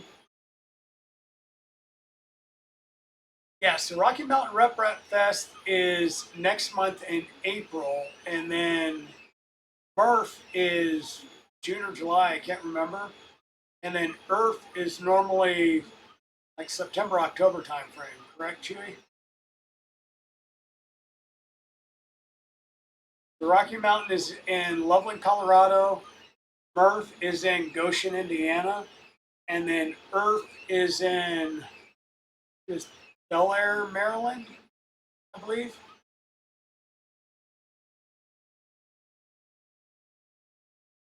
So yeah, when I do Bug Boo, it's going to be, green is the primary color, and then probably some accents in the blue. So yeah. So this will be one of the new builds that's coming down the pipe real soon. Like I said, most of the equipment should be here Tuesday. If it comes in Tuesday before stream time, we may go through an inventory and review the parts that we're going to use. Hopefully I have a few things printed by then, but we'll see. And then we need to plan on working on the ZeroG, which is our Inter 5 Plus, the big boy. One of the things I'm going to do is I think I'm going to reprint the skirts. They've got a new skirt design out. And I think I'm going to use that and reprint the skirts in ASA or ABS. They're currently printed in PLA. And when I go in to do the rest of the wiring, I will replace the skirts and put on the bottom panel. So I'll have a bottom deck panel on it. And then we'll do all the new wiring on it for the CANBus and the new filament sensor and do all the configuration changes and stuff needed. And then we'll put the top plate on it. That'll be another one. And okay, Chewy, definitely. You know how to get hold of me on Discord. We can definitely chat about that offline. But I think the idea of running the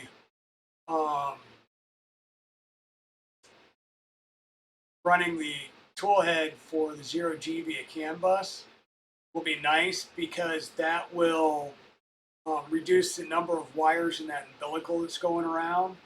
And then currently, yeah, you've got this like almost a 650 millimeter long Bowden tube right now going from the filament sensor to the orbiter extruder.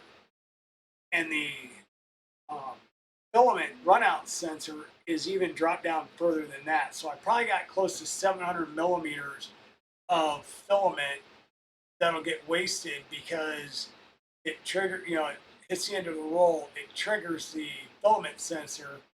But I've got, like I said, like 700 millimeters of filament between the filament sensor and the extruder. So by going with the orbiter extruder filament sensor, I'll have a filament sensor right at the top of the tool head. So I'll have a lot less waste. And that'll work out a lot better for the tool changer if I decide to put the tool on. Oh yeah, it's crazy. It is crazy. The amount of load tube that's on that print. Because once again, it's the plus, so it's the, you're basically like a 350 by 350 by 400 build area on that. So it's huge, kind of crazy.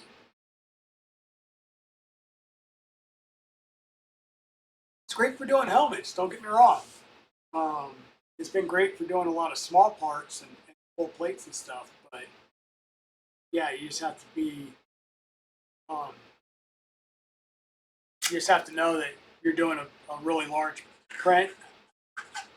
That could probably be down a little bit more.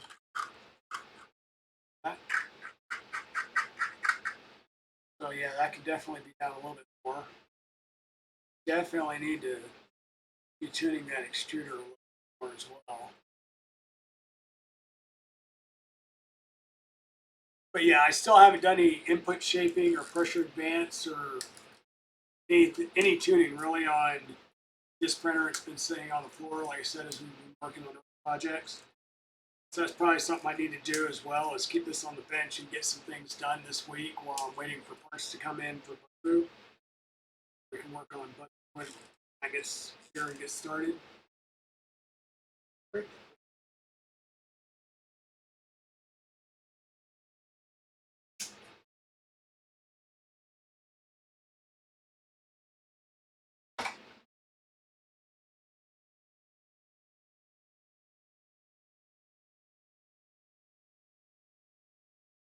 Yeah, I'm gonna have to dial that in a little bit better. Yeah, what's everybody else working on? What do you have any projects coming up, Chewy?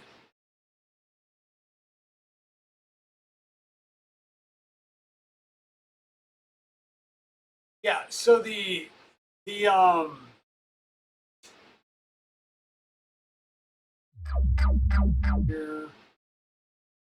Okay, we didn't lose a camera. I think we did. Did we lose a camera? No, we didn't lose a camera. Awesome. Great. Um yeah, so the ZeroG is pretty well dialed in, as you can tell from that helmet print.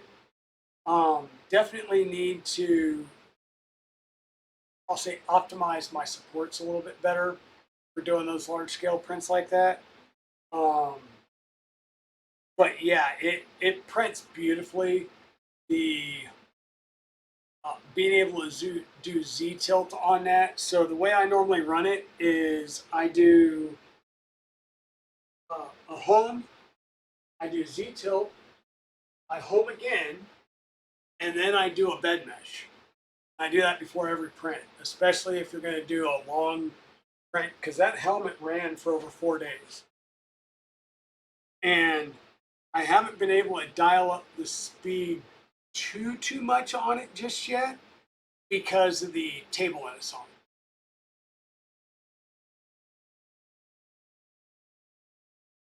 Your switch wire needs to run before anything else. Yeah. Finish one project, the next. Tuning is a separate thing. You can put that on the to-do list. The to-do list, the one that says, do it now, do it later. Now, finish switch wire. Later, tune switch wire. Uh-oh, the switch wires in pieces. So is this an inner wire to switch wire build, or was this a true switch wire build?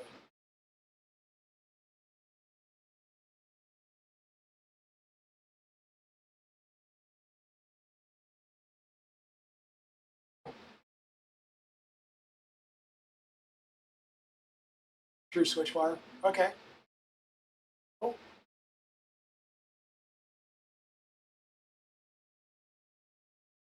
Yeah, and the other thing that I hadn't thought of is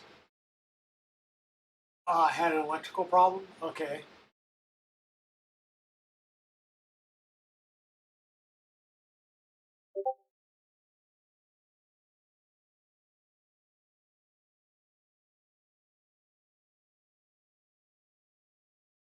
Okay, got you. Yeah, so you're just trying to recover your space again. Hey, Retro Maker TV, how are you doing this evening? Or this evening? This afternoon? Yeah, happy Saturday. Happy Saturday. We've just been chatting and gabbing, talking about some upcoming projects. Um, one of the projects coming up is going to be a new printer build. This is the Bugaboo printer. This is supposed to be we'll say a lower cost alternative to a P1P. So it's using 300 millimeter 2020 extrusions with printed corner brackets. It's got linear rods for the y-axis, one on each side, and then two for the x, and then linear rods for the three Z motors. Or I should let me rephrase that. The three lead screws, single motor, three lead screw setup, just like the Bamboo is. Does have provisions for heated bed, the whole 9 yards. So I will be starting to print the parts for these in the next couple of days after I get some parts printed for Craft and get those in the mail to them. And then this will be the next printer build on stream.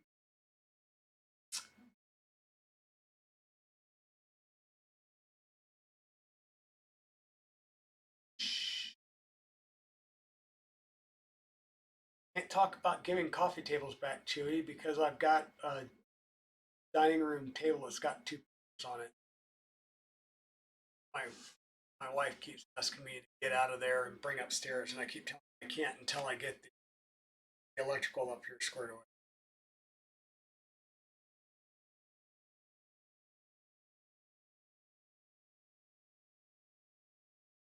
Yeah, and I tell you what, like this, we had running and we had it sitting there on the floor in the corner for a little bit. We brought it back up here, and yeah, there was a little bit of, we're having to adjust our offset and stuff. But yeah, after it sits for a while, I will say, other than my Prusas for whatever reason they're good and rock solid. But every other printer, if I let them sit there for a period of time, at the very least, I need to adjust the Z offset again. But it's not like full bed spring, bed screws adjust or anything like that. It's just messing with the Z offset a bit.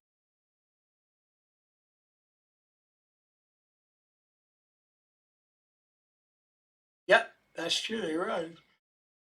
Excuse me. But yeah, so we got the Bugaboo project. We talked about the multi-material unit. We started off talking about the Prusa MMU and where I moved that, and then we talked a little bit about the other unit that I've got here that I'm a beta tester for. And so this has currently got 11 lanes. I've got one more lane I'm going to add to it, so this will wind up being 12 lanes, meaning I can do 12 filaments through it, or switch between 12 different colors or filament types or what have you. So we got a servo here that lifts this arm up, then it can slide back and forth, hits the lane, servo drops it down. gear is on this. Then each lane is just a 623 bearing along with an screw, M3 by 8 screw. A press fit. It's your lane. So far, all the prints came out great. Everything's lining up. I'm right now. I just need to go in and do the electrical wiring, and I'll be ready to start testing this. Probably bench test it first, and then start testing it on a printer. So I'm going to use the ERCFA Easy Board for this because it's got all the minimum requirements, which is servo, 2 end stops, 2 motors. Excuse me. So we'll be able to play with another multi-material unit. And quite honestly, I doubt if I'll ever have all 12. I may wind up pulling some of these and doing a second one. I'll still keep the length the same way because I got the extrusions and I got the linear rails, so it doesn't matter if it's that big or not. Hey, good morning, Royal Melbourne. How are you doing today? Hope you're doing well. And then we'll have some work on the ZeroG where we want to add the orbiter tube filament sensor to it. That will be needed if we decide to mount this multi-material unit on that printer. And we also have the new Big Tree Tech boards came in, so I can convert it over to CANBus. So rather than having all of the wires for the fans and everything going all the way back, we would have a board. It's the EBB 36 board that'll mount right to the back of the orbiter motor, and everything in the tool head will plug into that, and there will be power, ground, and then high and low that will connect back to the controller board. 4 wires will connect all the way back to the controller board. So it'll clean up the wiring a lot. It'll make any tool head maintenance a lot easier. The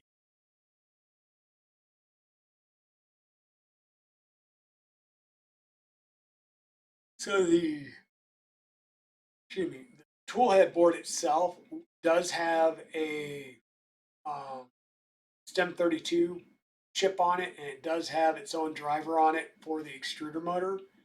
So once again, it just adds a second MCU board to your clipper config and a little bit of configuration, and you're off and running. Just getting up. Yeah, I'm with you there, Royal Nomi. That's cool. Yeah, definitely was a slow roll to the morning today. I got up a little bit before my alarm, which shocked me a little bit, and just spent some time. I had to get the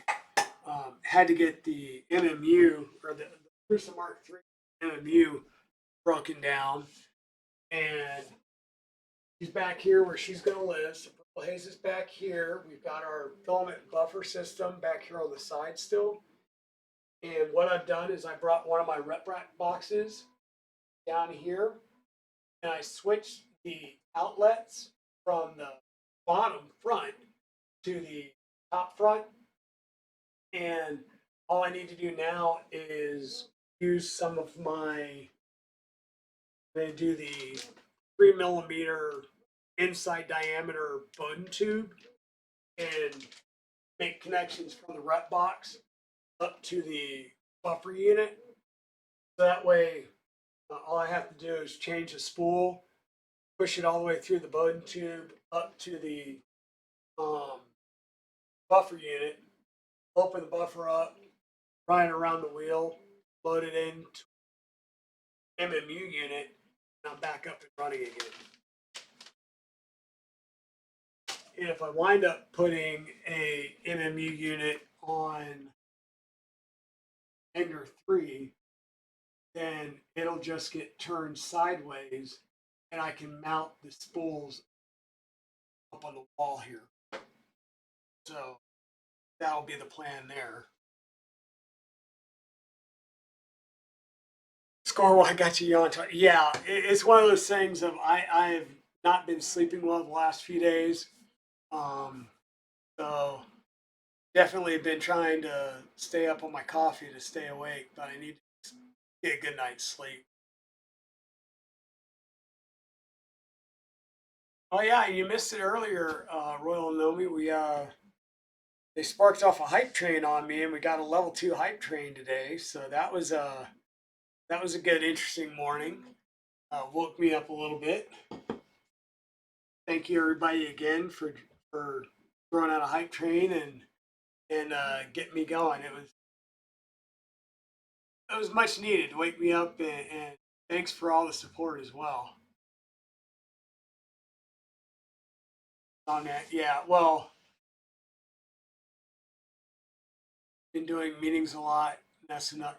Yeah, yeah. I've had a lot of meetings this last week. I've been in meetings or training all week long, and it's been to the point where I haven't been able to sit on streams at night with everybody just because I've been so tired and I need to go down and spend time with Mrs. Dragon. Normally wind up passing out on her. Or I get my second wind and I stay up till like 2 a.m. mucking around with things, doing research and stuff. So thanks. We still need to work on coordinating movement. Oh,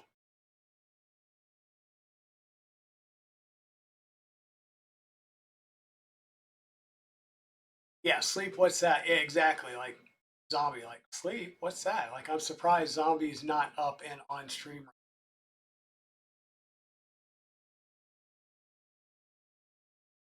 Yep, yep, yep.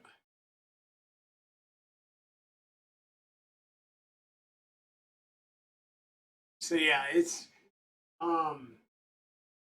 So your Crucimini is sitting right over here. I had to move it because that's where I put the RepBox at. But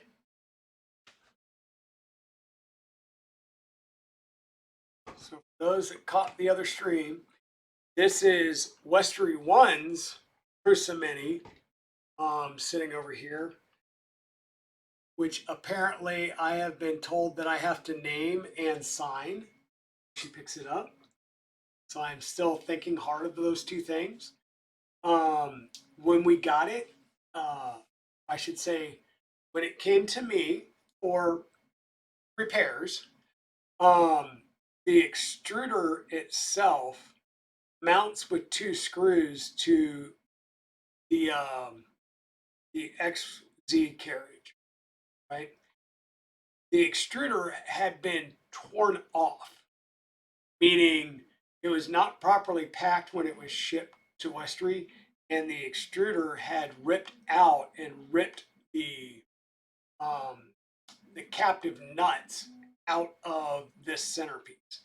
So luckily I had enough Prusa orange on hand in PETGs, so I reprinted this piece, and it was just a simple thing of unscrewing, re, rebolting things in, and getting it going. So the extruder was back up and running. And at this point, I didn't know if the extruder worked properly. It's just physically attached to the printer again correctly. Yeah, there you go. I need a digital dragon made me do it sticker. Yeah, there you go. Okay, Royal Nomi.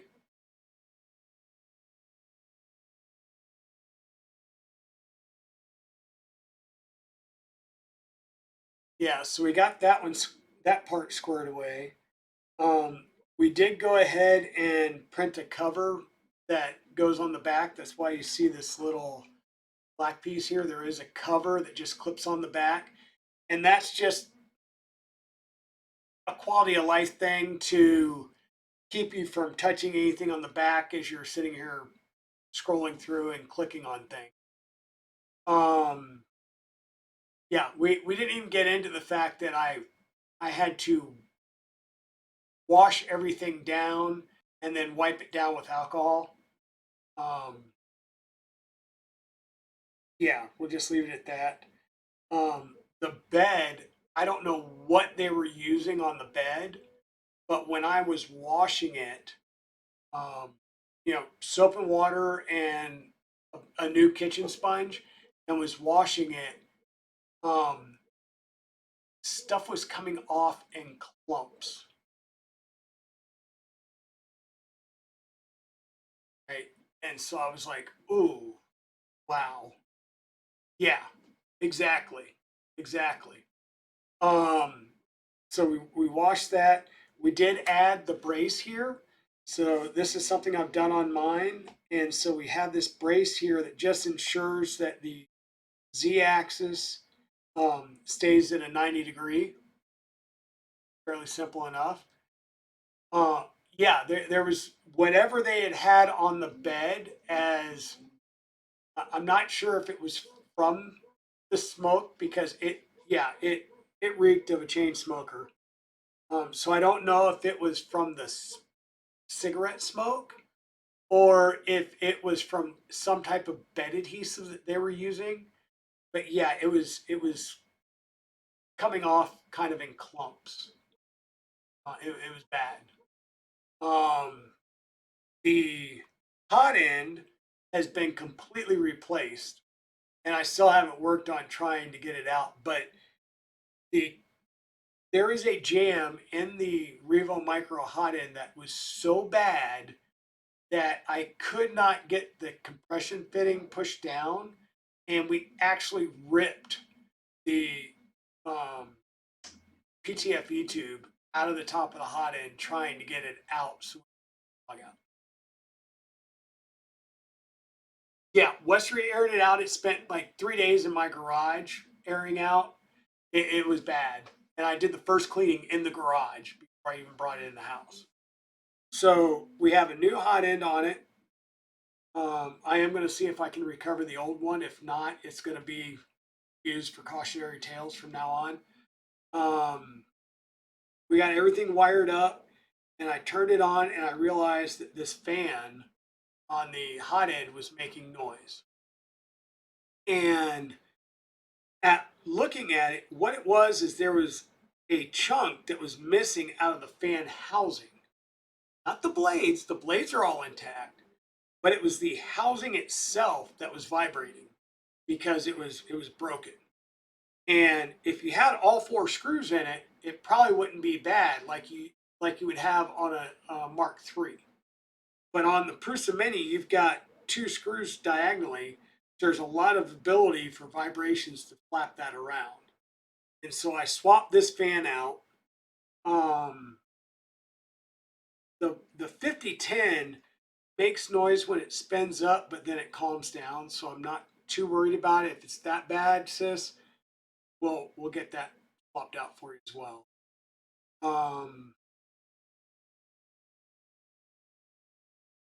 I also updated the firmware to the latest version of firmware when I did it, and it's printing great. Yep, you did. You warned me. So some of the first prints that came off of this was, of course, the test pre-sliced G code, which is the sheep. This came off and is, I mean, beautiful. I mean, look at the overhang is great. No craziness thing there. This came out beautifully. And so then we had to, of course, when we shut it off on stream, we had to do a Westry duck. So we got a Westry 1 duck, complete with Sharpie painted sunglasses, apparently some running mascara. You have a Westry 1 duck that'll go with it. Especially now that I have the ability to do MMU, and I might actually print one and see if I can't paint it and do a multicolor. So yeah, it's printing great. I really like Revo hot ends. I really like having a Revo on my own. So the fact that this one already came with one, just needed to fix it, was great. So now we just have to figure out how to get this back to her.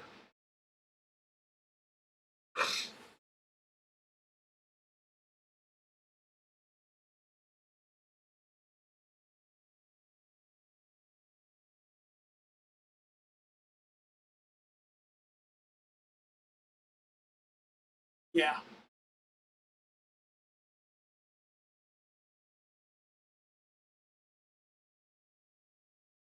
Oh, wow. A whole bottle of bleach. That would be.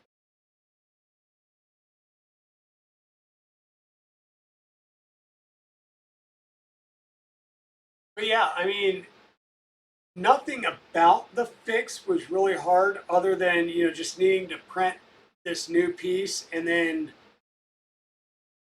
taking this apart without it falling and damaging something and putting that new piece in place was fairly easy. Um,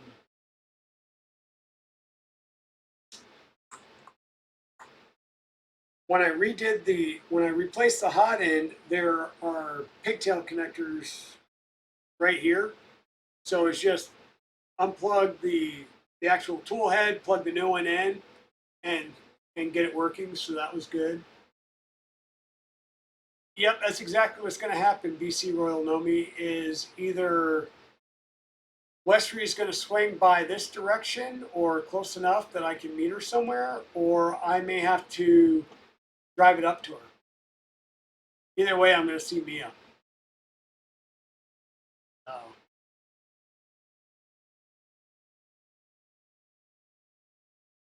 Yeah, like I said, the fix really wasn't that hard, especially for somebody who's building printers. And I have one of these as well, which makes it a lot easier because, you all saw me on stream that where I replaced the normal hot end with the E3D Revo Micro, and I have the Bondtech and moved the filament sensor. So for those that aren't in the know, this is the filament sensor, which is literally the same IR sensor that they use in the Mark III. It's just in this housing. And Bondtech makes a kit where you can replace the extruder, Bondtech gears and motors, and you can move your filament sensor directly into your extruder. So that's what I've done on mine. But yeah, everything. I was fearful that there would be something wrong with the extruder. I plugged it in and it said burr and it went. So that was great. Now I still need to get a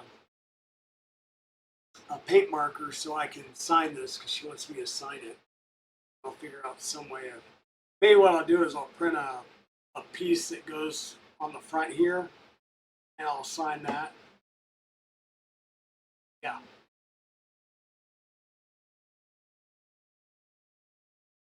Yeah, I was just glad that we could get it fixed and working again and get it back to Westry because I know that she doesn't like to tinker and I know she just wants a printer that prints. And all of my Pruses just print. Purple Haze has a little bit of issues here and there right now, but that's due to the MMU, not the printer itself. Right? It's definitely an MMU thing and needing to still play around with some tuning here and there. And you really need to, as I mentioned way earlier on the stream, is you've got to tune to each filament. Okay, Retro Maker, thank you for the lurk. So with your filaments, like if you're running the standard PLA and then you put in a yeah, it's my fault. So if you put a silk in, it's got a different surface friction because your silks are normally a lot smoother than a standard PLA. And then if you've got like a protopasta, we know protopastas are really rigid and hard. Or if you've got something that's got a like a glitter in it, right? It may allow the gears to bite more, which means it could actually push more or less filament depending on the actual filament that you're putting in, right? So if you're dealing with standard Polymaker PLA, you're like black, yellow, red, blue, white, you should be good of setting those lane distances once. But if you switch over to like a silk, then your lane distances maybe. You may have to tune um, the purge or the cooling moves a little bit so that you don't get the stringy tips. So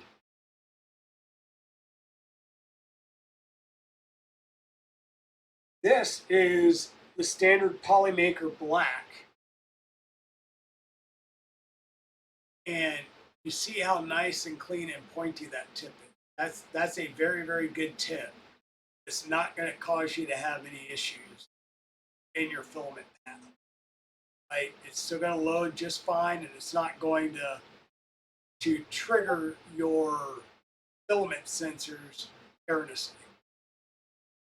Now on the other side, this is the gold, which is a silk filament. And you'll notice there's a very, very long string there. You saw a pretty good tip, but it's that long string that'll be an issue, and that could trip your filament sensor and keep the filament sensor triggered. So it goes to load the next filament, and it feels like it can't because it's already loaded. Right? So this is where I need to tune, especially this silk, and it could be print temperatures because silks don't like to be printed hot. And I think all of this was printing at 215. So it could just be dropping the temps a little bit, but it could also be just running an additional cooling move or something like that to get this fixed. It could be a cooling move. It could be like just retracting it faster. You know, it's just tuning. And it's something that you have to do and think about every time you swap colors out. Or yeah, different types and frictions of film.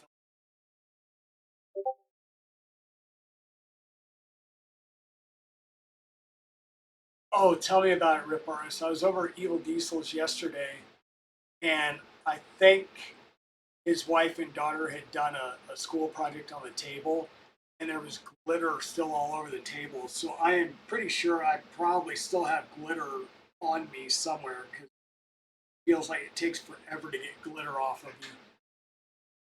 But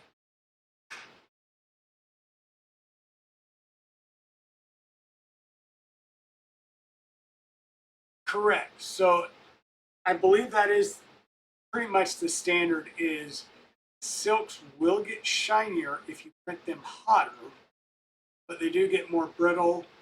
They can also get stringier. So normally you would print them hotter, but you would also slow them down a little bit hotter. And then other things like my ABS and ASA, I always tend to print those a little hotter, so the higher end of the range, because you get better layer adhesion and the part will be stronger overall. Yeah, in your hair, on your and yeah, I'm kind of got some hairy arms here, so that's I was sitting there yesterday picking glitter off of me.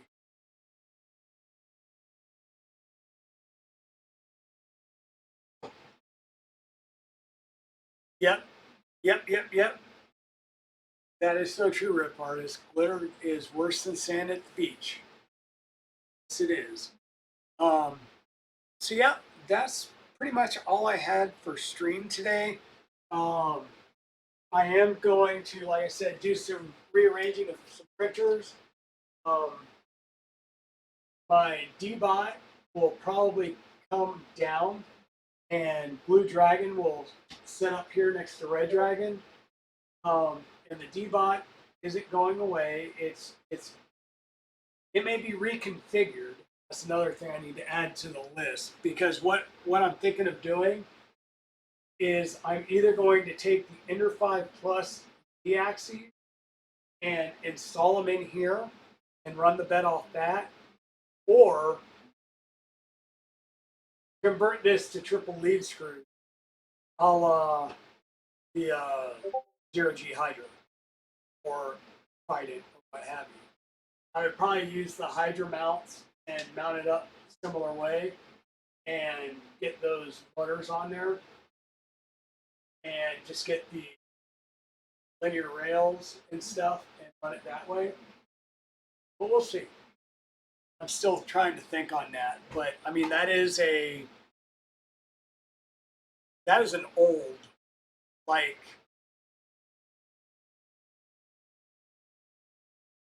when did that come? I mean, I know it was originally published on Thingiverse, so it was probably like 2007 that was released. Bot. And so there's all kinds of mods for it. There's some triple lead screw mods for it already, but it's more of like belted triple lead screw Z mods. So one motor and three lead screws, like the bug boo is going to be and the bamboo is. But yeah, I'm thinking I want that triple kinematic Z going.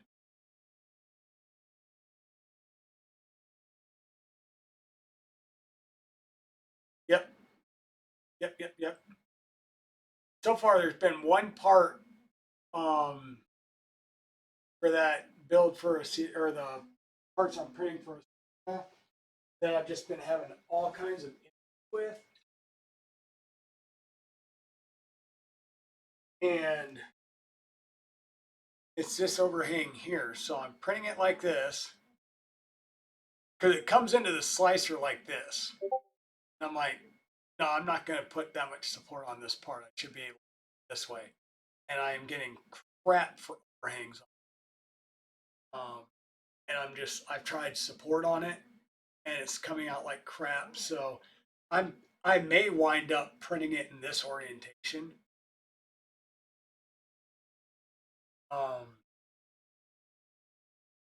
Yeah, I've got to figure that one out. This one part is the only one I've had issues with.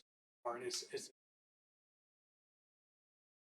course, we all know that like white and gray are the two filaments that tend to show layer lines the most. But yeah.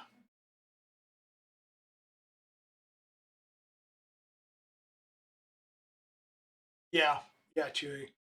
And I think one of my fans on my B01 may be dead or dying. I probably just need to swap out one of the fans to make everything.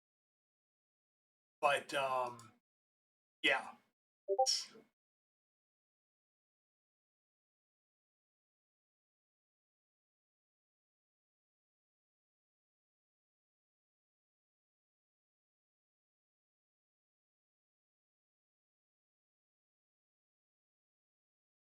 Sorry about that. Another prank going on the Rook. But I think I'm coming close to the end of all the prints that I can do on the B0.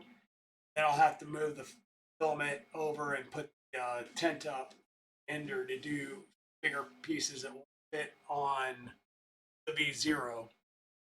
And then once I get those prints done for Cedacraft and get those ready to go in the mail, then I'll start printing the parts for Bug Boo.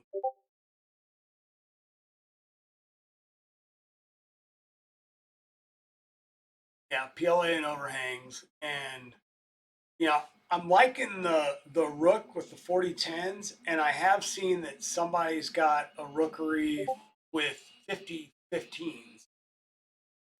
So it's actually using full up blowers on the sides, and I'm just like, that's crazy. I mean, but that's people that are out there trying to do high flows, speed demon things, and I'm like, yeah, I don't need to go that fast. In fact, I started running a plate over here on my faster settings, and it pretty much threw the plate off the thing again. So I slowed it back down and resliced everything to my slower settings, which are still 80 millimeters a second. I'd rather have good functional strong parts than fast and not good looking parts.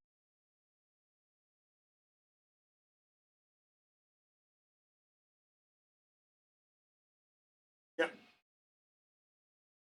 And I'm running the Revo CR on the Rook, and on my ZeroG, I'm running the Dragon High Flow, and I think I currently have a 0.4 nozzle in it, hardened steel, and I need to probably, at the very least, put a 0.6 in it.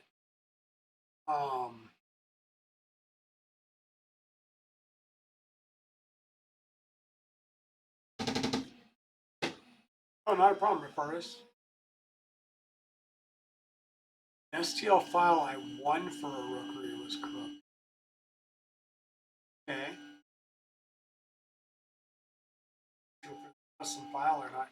I still need to look at like trying to come up with a design for the Rookery that would have like dragons on the side or something, and maybe do that as a multicolor print. Because once again, this is all PLA, including the bed carriage and stuff. And yes, I am doing a heated bed, but we shouldn't have an issue with this PLA because it is so um, thick and robust. I mean, when I printed these parts, they're printed in PLA, but they're printed to standard Voron PIF setting as far as number of walls and percent infill and stuff. So these are should be pretty robust parts.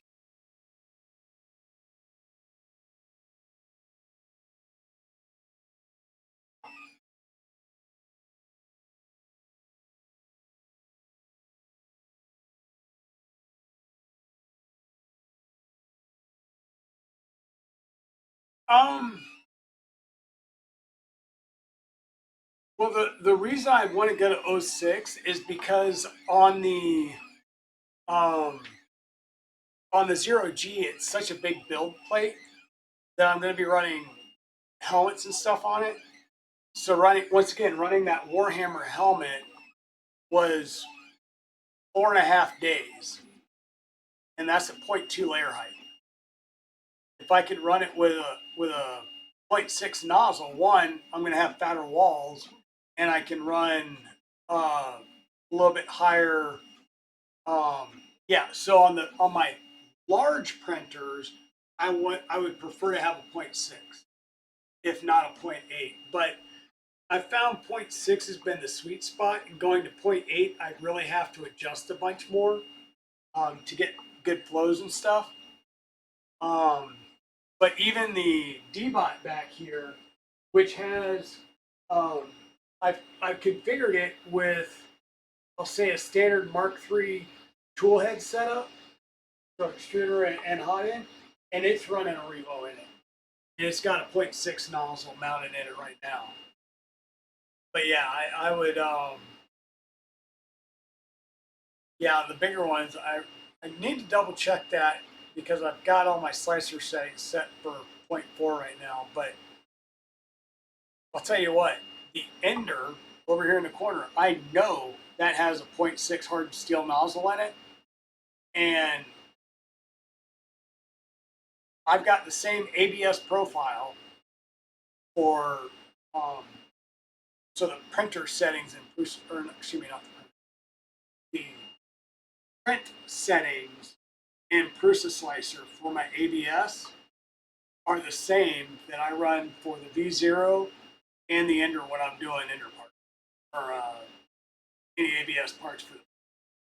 So even though it's 0.6 nozzle, it still does 0.4 layer widths at 0.2 layer heights just fine. Hey, Build Over Bot, how are you doing today?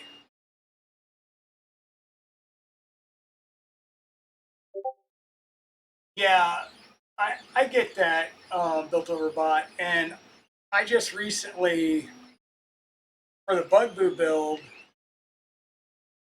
I've got a couple of Revos here because it does use like the groove mount V6 style mounting method.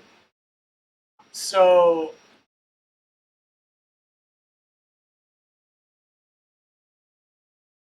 yeah, the other two Revos I have are Micro and the Revo CR for like a chorality style. So goofing off when you should be working, yeah. Uh, but what I did do is buy the CHC heater, the standard CHC heater. So with that one, it screws on to the V6 um, heat breaks or throats, and then you can run a standard V6 nozzle in it, right? An M6 nozzle. So what I can do is I know I've got uh, a V6 sitting over in the bin here, so I'll put a V6, take the heat break out, put on the CHC, and mount a hardened steel nozzle on it. And now I've got a hardened steel V6 extruder with a ceramic heater that heats up fast. And if I decide, and I got that one versus doing the like volcano style CHC, simply because one, I don't have any volcano style nozzles, and two, the volcano size CHC is like 115 watt heater.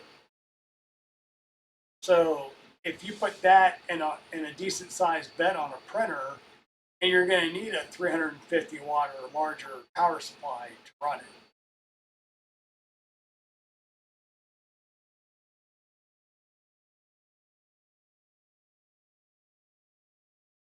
Yeah, and I don't change nozzles that much either.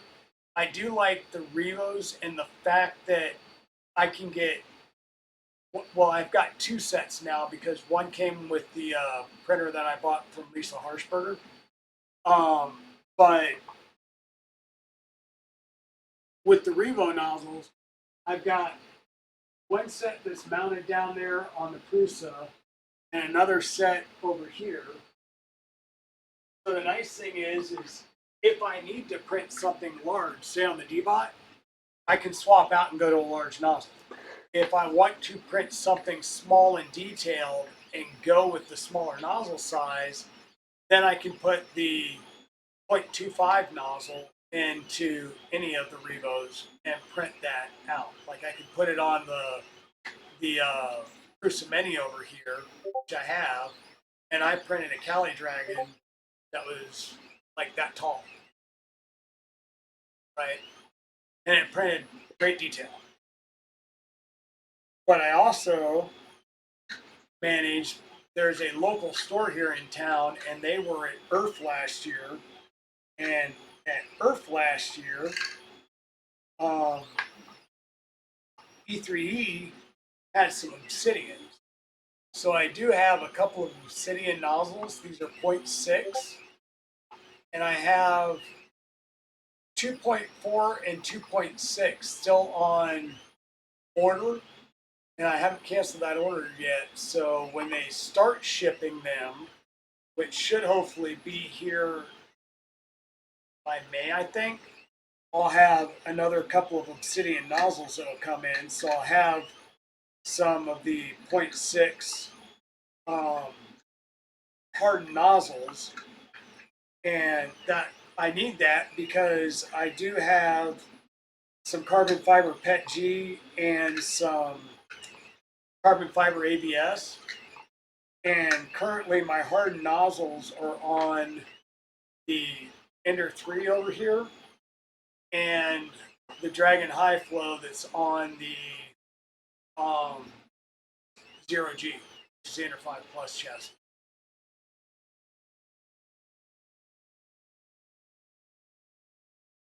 Yeah, I've got a Dragonfly hot end on my V0, and I'll say I've had clogging issues with that in the past. I think I'm past that because I got tired of the clockwork and went to a Sherpa Mini. So I've got the after Sherpa Mini tool head installed, which is basically just the mini Sherpa extruder mounts on top. And I have had zero issues with that setup. But the other,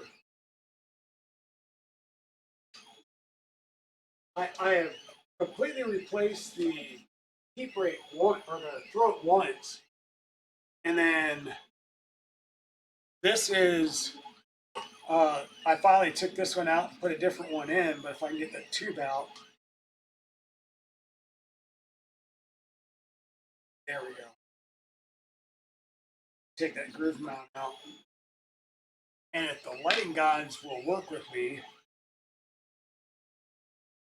we can get a good lighted shot down there. That's probably going to be a no. See if I can add some additional light on.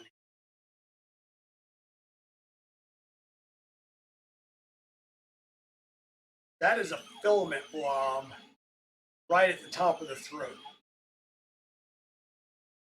So I'm going to have to heat up this whole thing to include the throat and try and push that blob out because it's not going up or down on its own. Exactly. That is exactly right, Chewy. That is clogged AF. So I'm going to have to heat this whole thing up with a heat gun and then push that through to clear this up. I mean, you've got the throats that you can replace, but this is above the throat and in the actual heat break cooling section. So I want to make this one workable again. And then, exactly, that's backed up more than I am. So once I get this squared away, I'll be able to put this back online in something or other and get it going again. But yeah, this one is definitely clogged. But I'm going to get this one cleared out and back online. It's just one of my to-do items, but it's a to-do later.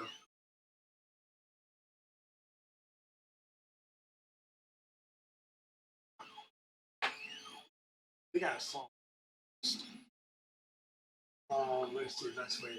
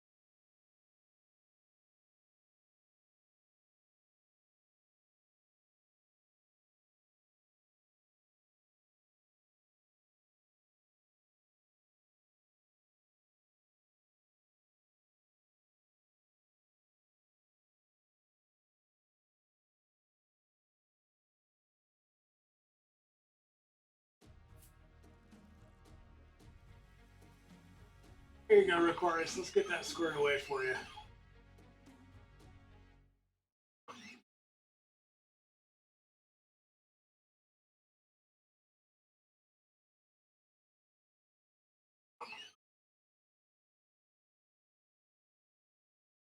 Oh, you got the Shazam movie?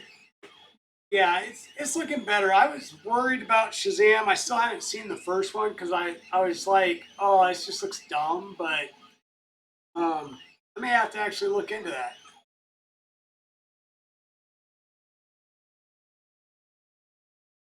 I know I didn't have to do it, but it's a nice thing to do.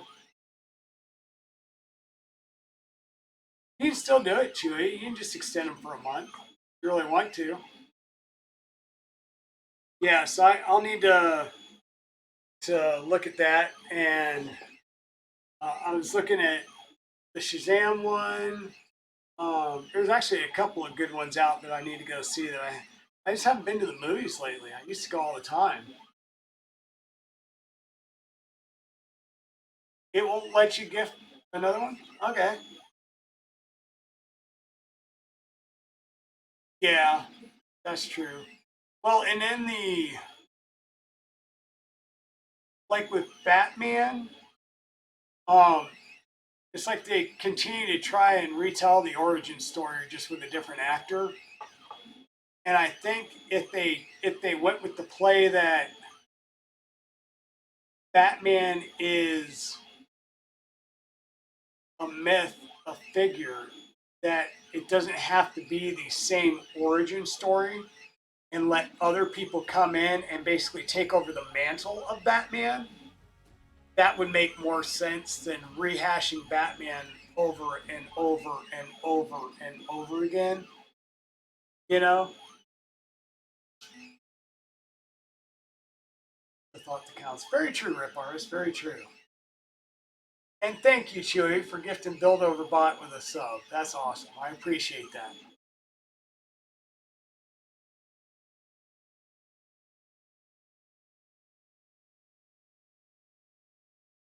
Yeah.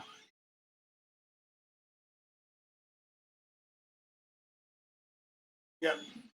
Yep. Yep.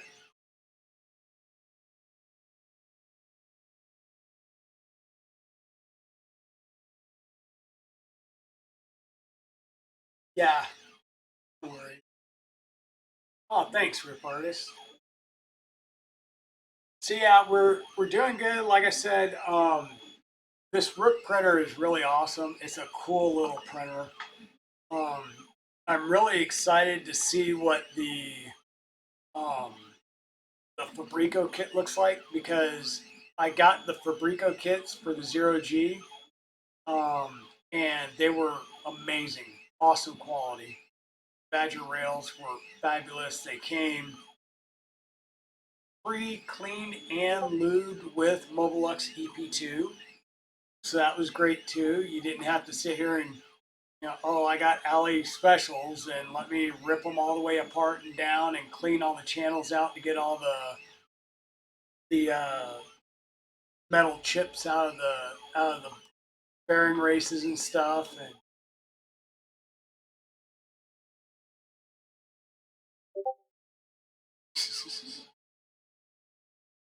right, build a robot.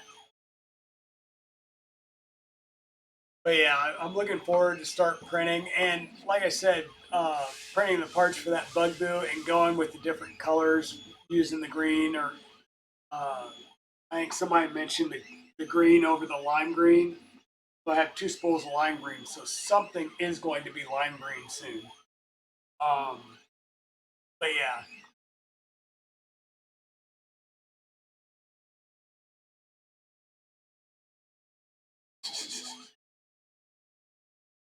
yeah, chewy.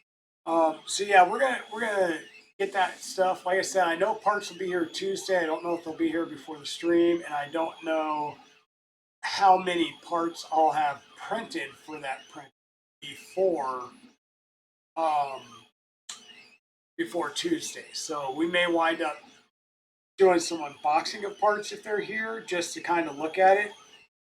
Uh oh. Uh oh. Another note from Evil Diesel. Apparently, the so there's a local 3D printer store that's relatively new in Raleigh. It's downtown over by North Carolina State University. and that's where I got my obsidian nozzles from. And Easel Diesel just texted me and said he got the last two obsidian 0.6 nozzles, so they must have been at the Gaming Con show. Or what I was going to do is check my Amazon to see when my orders are supposed to show up, if they've slipped already.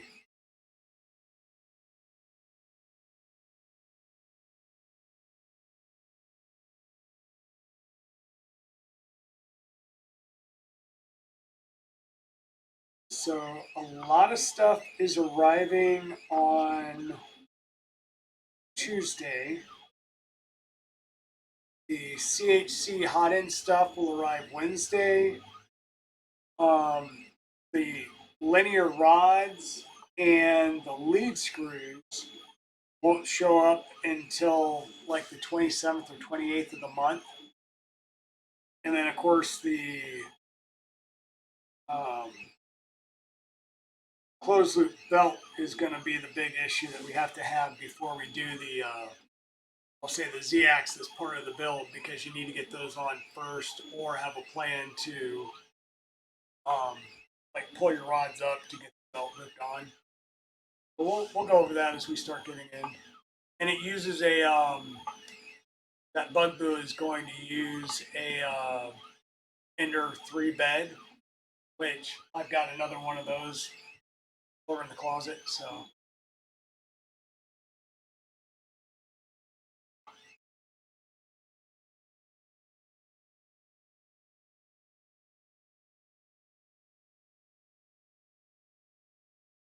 Okay, Builder Robot. So are you worried about the 500 millimeter bed with IDEX as well? So is that a full custom build, or are you trying to do like a 500 by 500 Tridex?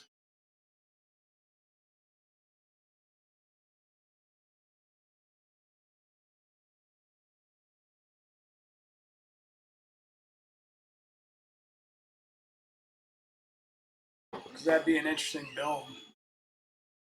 Builder Robot.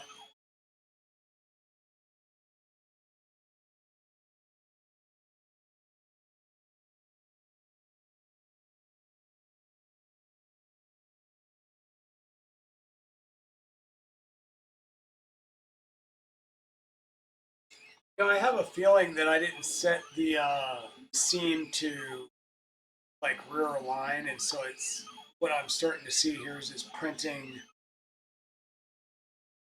So you can see this line that starts to spiral around the line. Sucks. There's this line right here that kind of spirals all the way up around the print. And I'm thinking that that may be the seam, and because it's a spiral, it just keeps rolling the spiral.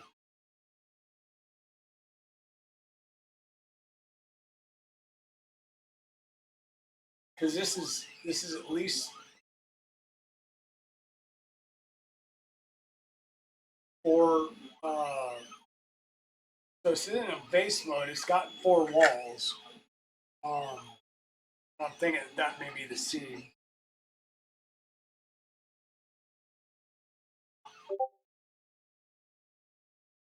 Um,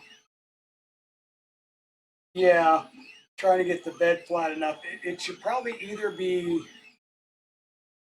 like, I would say either rigid mounted like a 2.4 and the gantry move, or you'd need to do some type of kinematic bed mount like Trident, the Hydra, or whatever Annex Engineering is for the K series printers.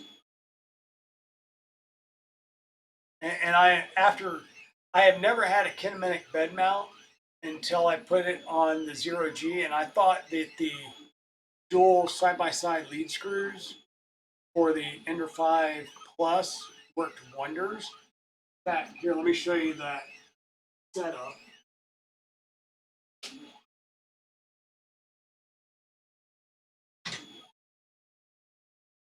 So if you haven't seen it on the Ender 5 Plus, this is their like Z setup. So you've got motor and then 2 linear rods, and these linear rods are 10 millimeters, and so that makes up your Z axis.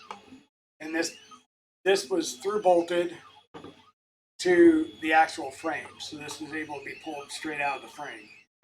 So you had one of these on each side, and the bed mounted on rails in 2 points. And this was very rigid. And once you got the bed aligned side to side, you were good. It stayed there. It stayed awesome. It's flat. Then I wasn't having any problems. So at first, I just did um, the Mercury conversion, which is going to Core XY for the gantry system. And then finally, I was like, you know what? I'll do the Hydra. I mean, the bed's working great. I don't need to, but why not, right? And I did the Hydra, and I am amazed. You know, because you're rather than having the 4-point system where you've got the rails, but you still have the 4 corner screws to do on the bed leveling screws. Going from that to a rigid mount on the Hydra, which those 3 points can align in center, that was amazing. Like my bed meshes are gorgeous.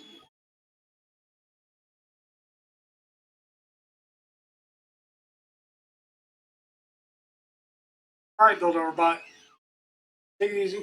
Take care of your customer. Um, but yeah, I mean that was amazing once I finally did that, and now I'm like, ooh, that's where I'm like with the D-Bot. Do I want to keep messing with that? Do I want to put that rigid bed mount system of the Ender 5 in there, or do I just want to go and do a kinematic bed setup?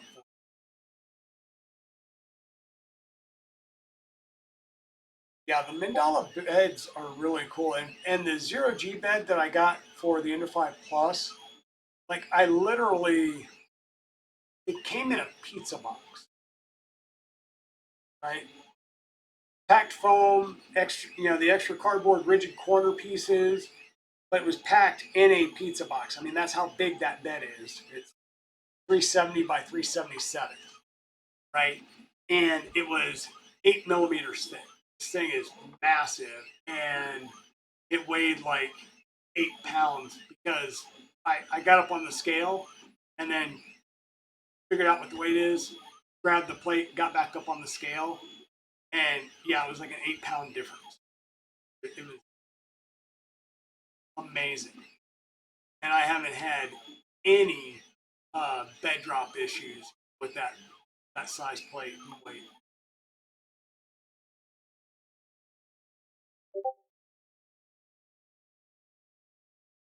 Yeah, yeah, it's an 8 pound Mike 6 build plate, 370 by 377, and like I said, it's like 8 millimeters.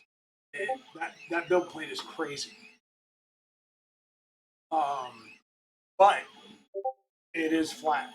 And with the Hydra system, which like I said, it's like the Trident, it's a kinematic bed mount system. It it is real, and it maintains it. Hey West Rewind, how's it going? Yep. Bob's been here chatting, but he had a customer, so he had to step away to deal with a customer. Um, so yep. Well, I don't think I'm going to stick on here too much longer. I do need to probably go grab some lunch with Mr. Egan before too long. And apparently, I may jump on a little bit later and join Jerry 3D HP on their I'll say community gathering stream. and shoot the shit a little bit later on. But that is 1 p.m. Pacific, which should be 4 p.m. Eastern. Yeah.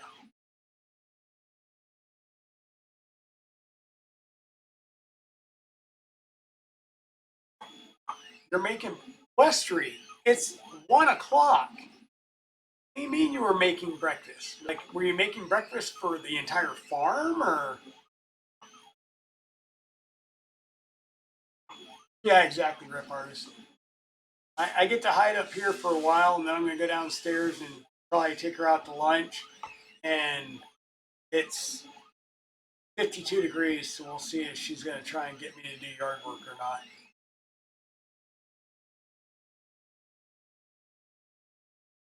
Okay, brunch. There you go. For Mia and you. Okay, so what'd you make Mia for brunch?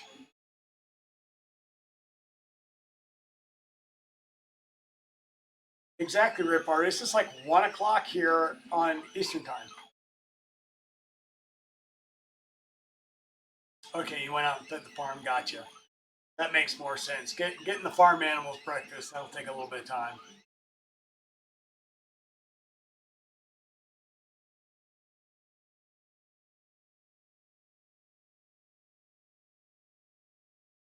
Oh, that's so sweet, Westery. Of course, you know you got to give her something or you'll blink and she'll steal your plate, so.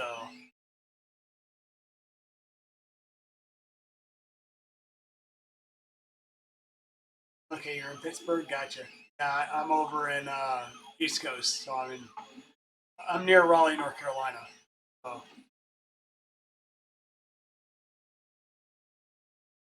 Yeah, I'm like, yeah, I know I need to get something done. Like I need to work on tuning this. I need to clear out this hot end. All the things that I want to do that keeps me up here in the tech cave versus going outside and doing yard work. But yeah, I'm gonna have to take her out to lunch and get some lunch and jump back on here a little bit later. Kentucky, there you go. Yeah, you're in Paris, Kentucky. Oh no, there's a honey-do list. It's just right now we we, we started warming up a couple of weeks back, and we were like in the 70s, like upper 70s, and so we really started to throw some work at getting the garden ready to plant and go this year. And then the last week we've had like 3 nights of freezing temps, so we've put the brakes on that. So haven't been able to do much to get that going just yet because we don't want to plant everything and then have it die off already.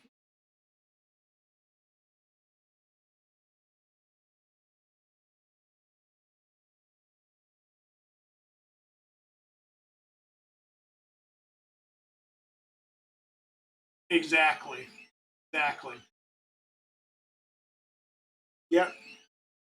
All right. So with that, I'm going to go ahead and we'll call it a stream. Let me jump over here real fast and see who is streaming right now. We got the Free Heathen, who we've jumped into a couple of times recently. Um, Silverback Creations is there playing some games.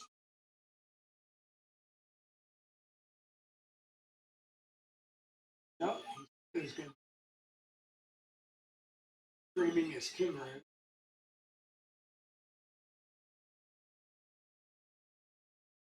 Chris Perillo's up doing some Chapman stuff. Thanks, for Artist. I'm glad that the stream's good and that I'm getting some good information out to everybody. I appreciate all y'all coming out and hanging out with me on a lazy Saturday morning and spending some time with you. Thanks, sis. And once again, here in the near future, I'm hopefully gonna have the rest of the parts printed up soon, so I can start putting the helmet all together, and we'll get that at least conceptually done. And ready to start showing off around town. All right. So yeah, let's go ahead. I'm going to raid over to Chris Perillo, and I'll get that started here.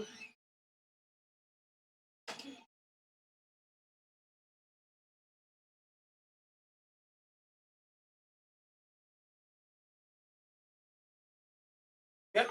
So I'm going to go ahead and get this started. Thanks everybody. Come join me as we head over and raid into Chris Perillo. Make a lot of noise when we get over there.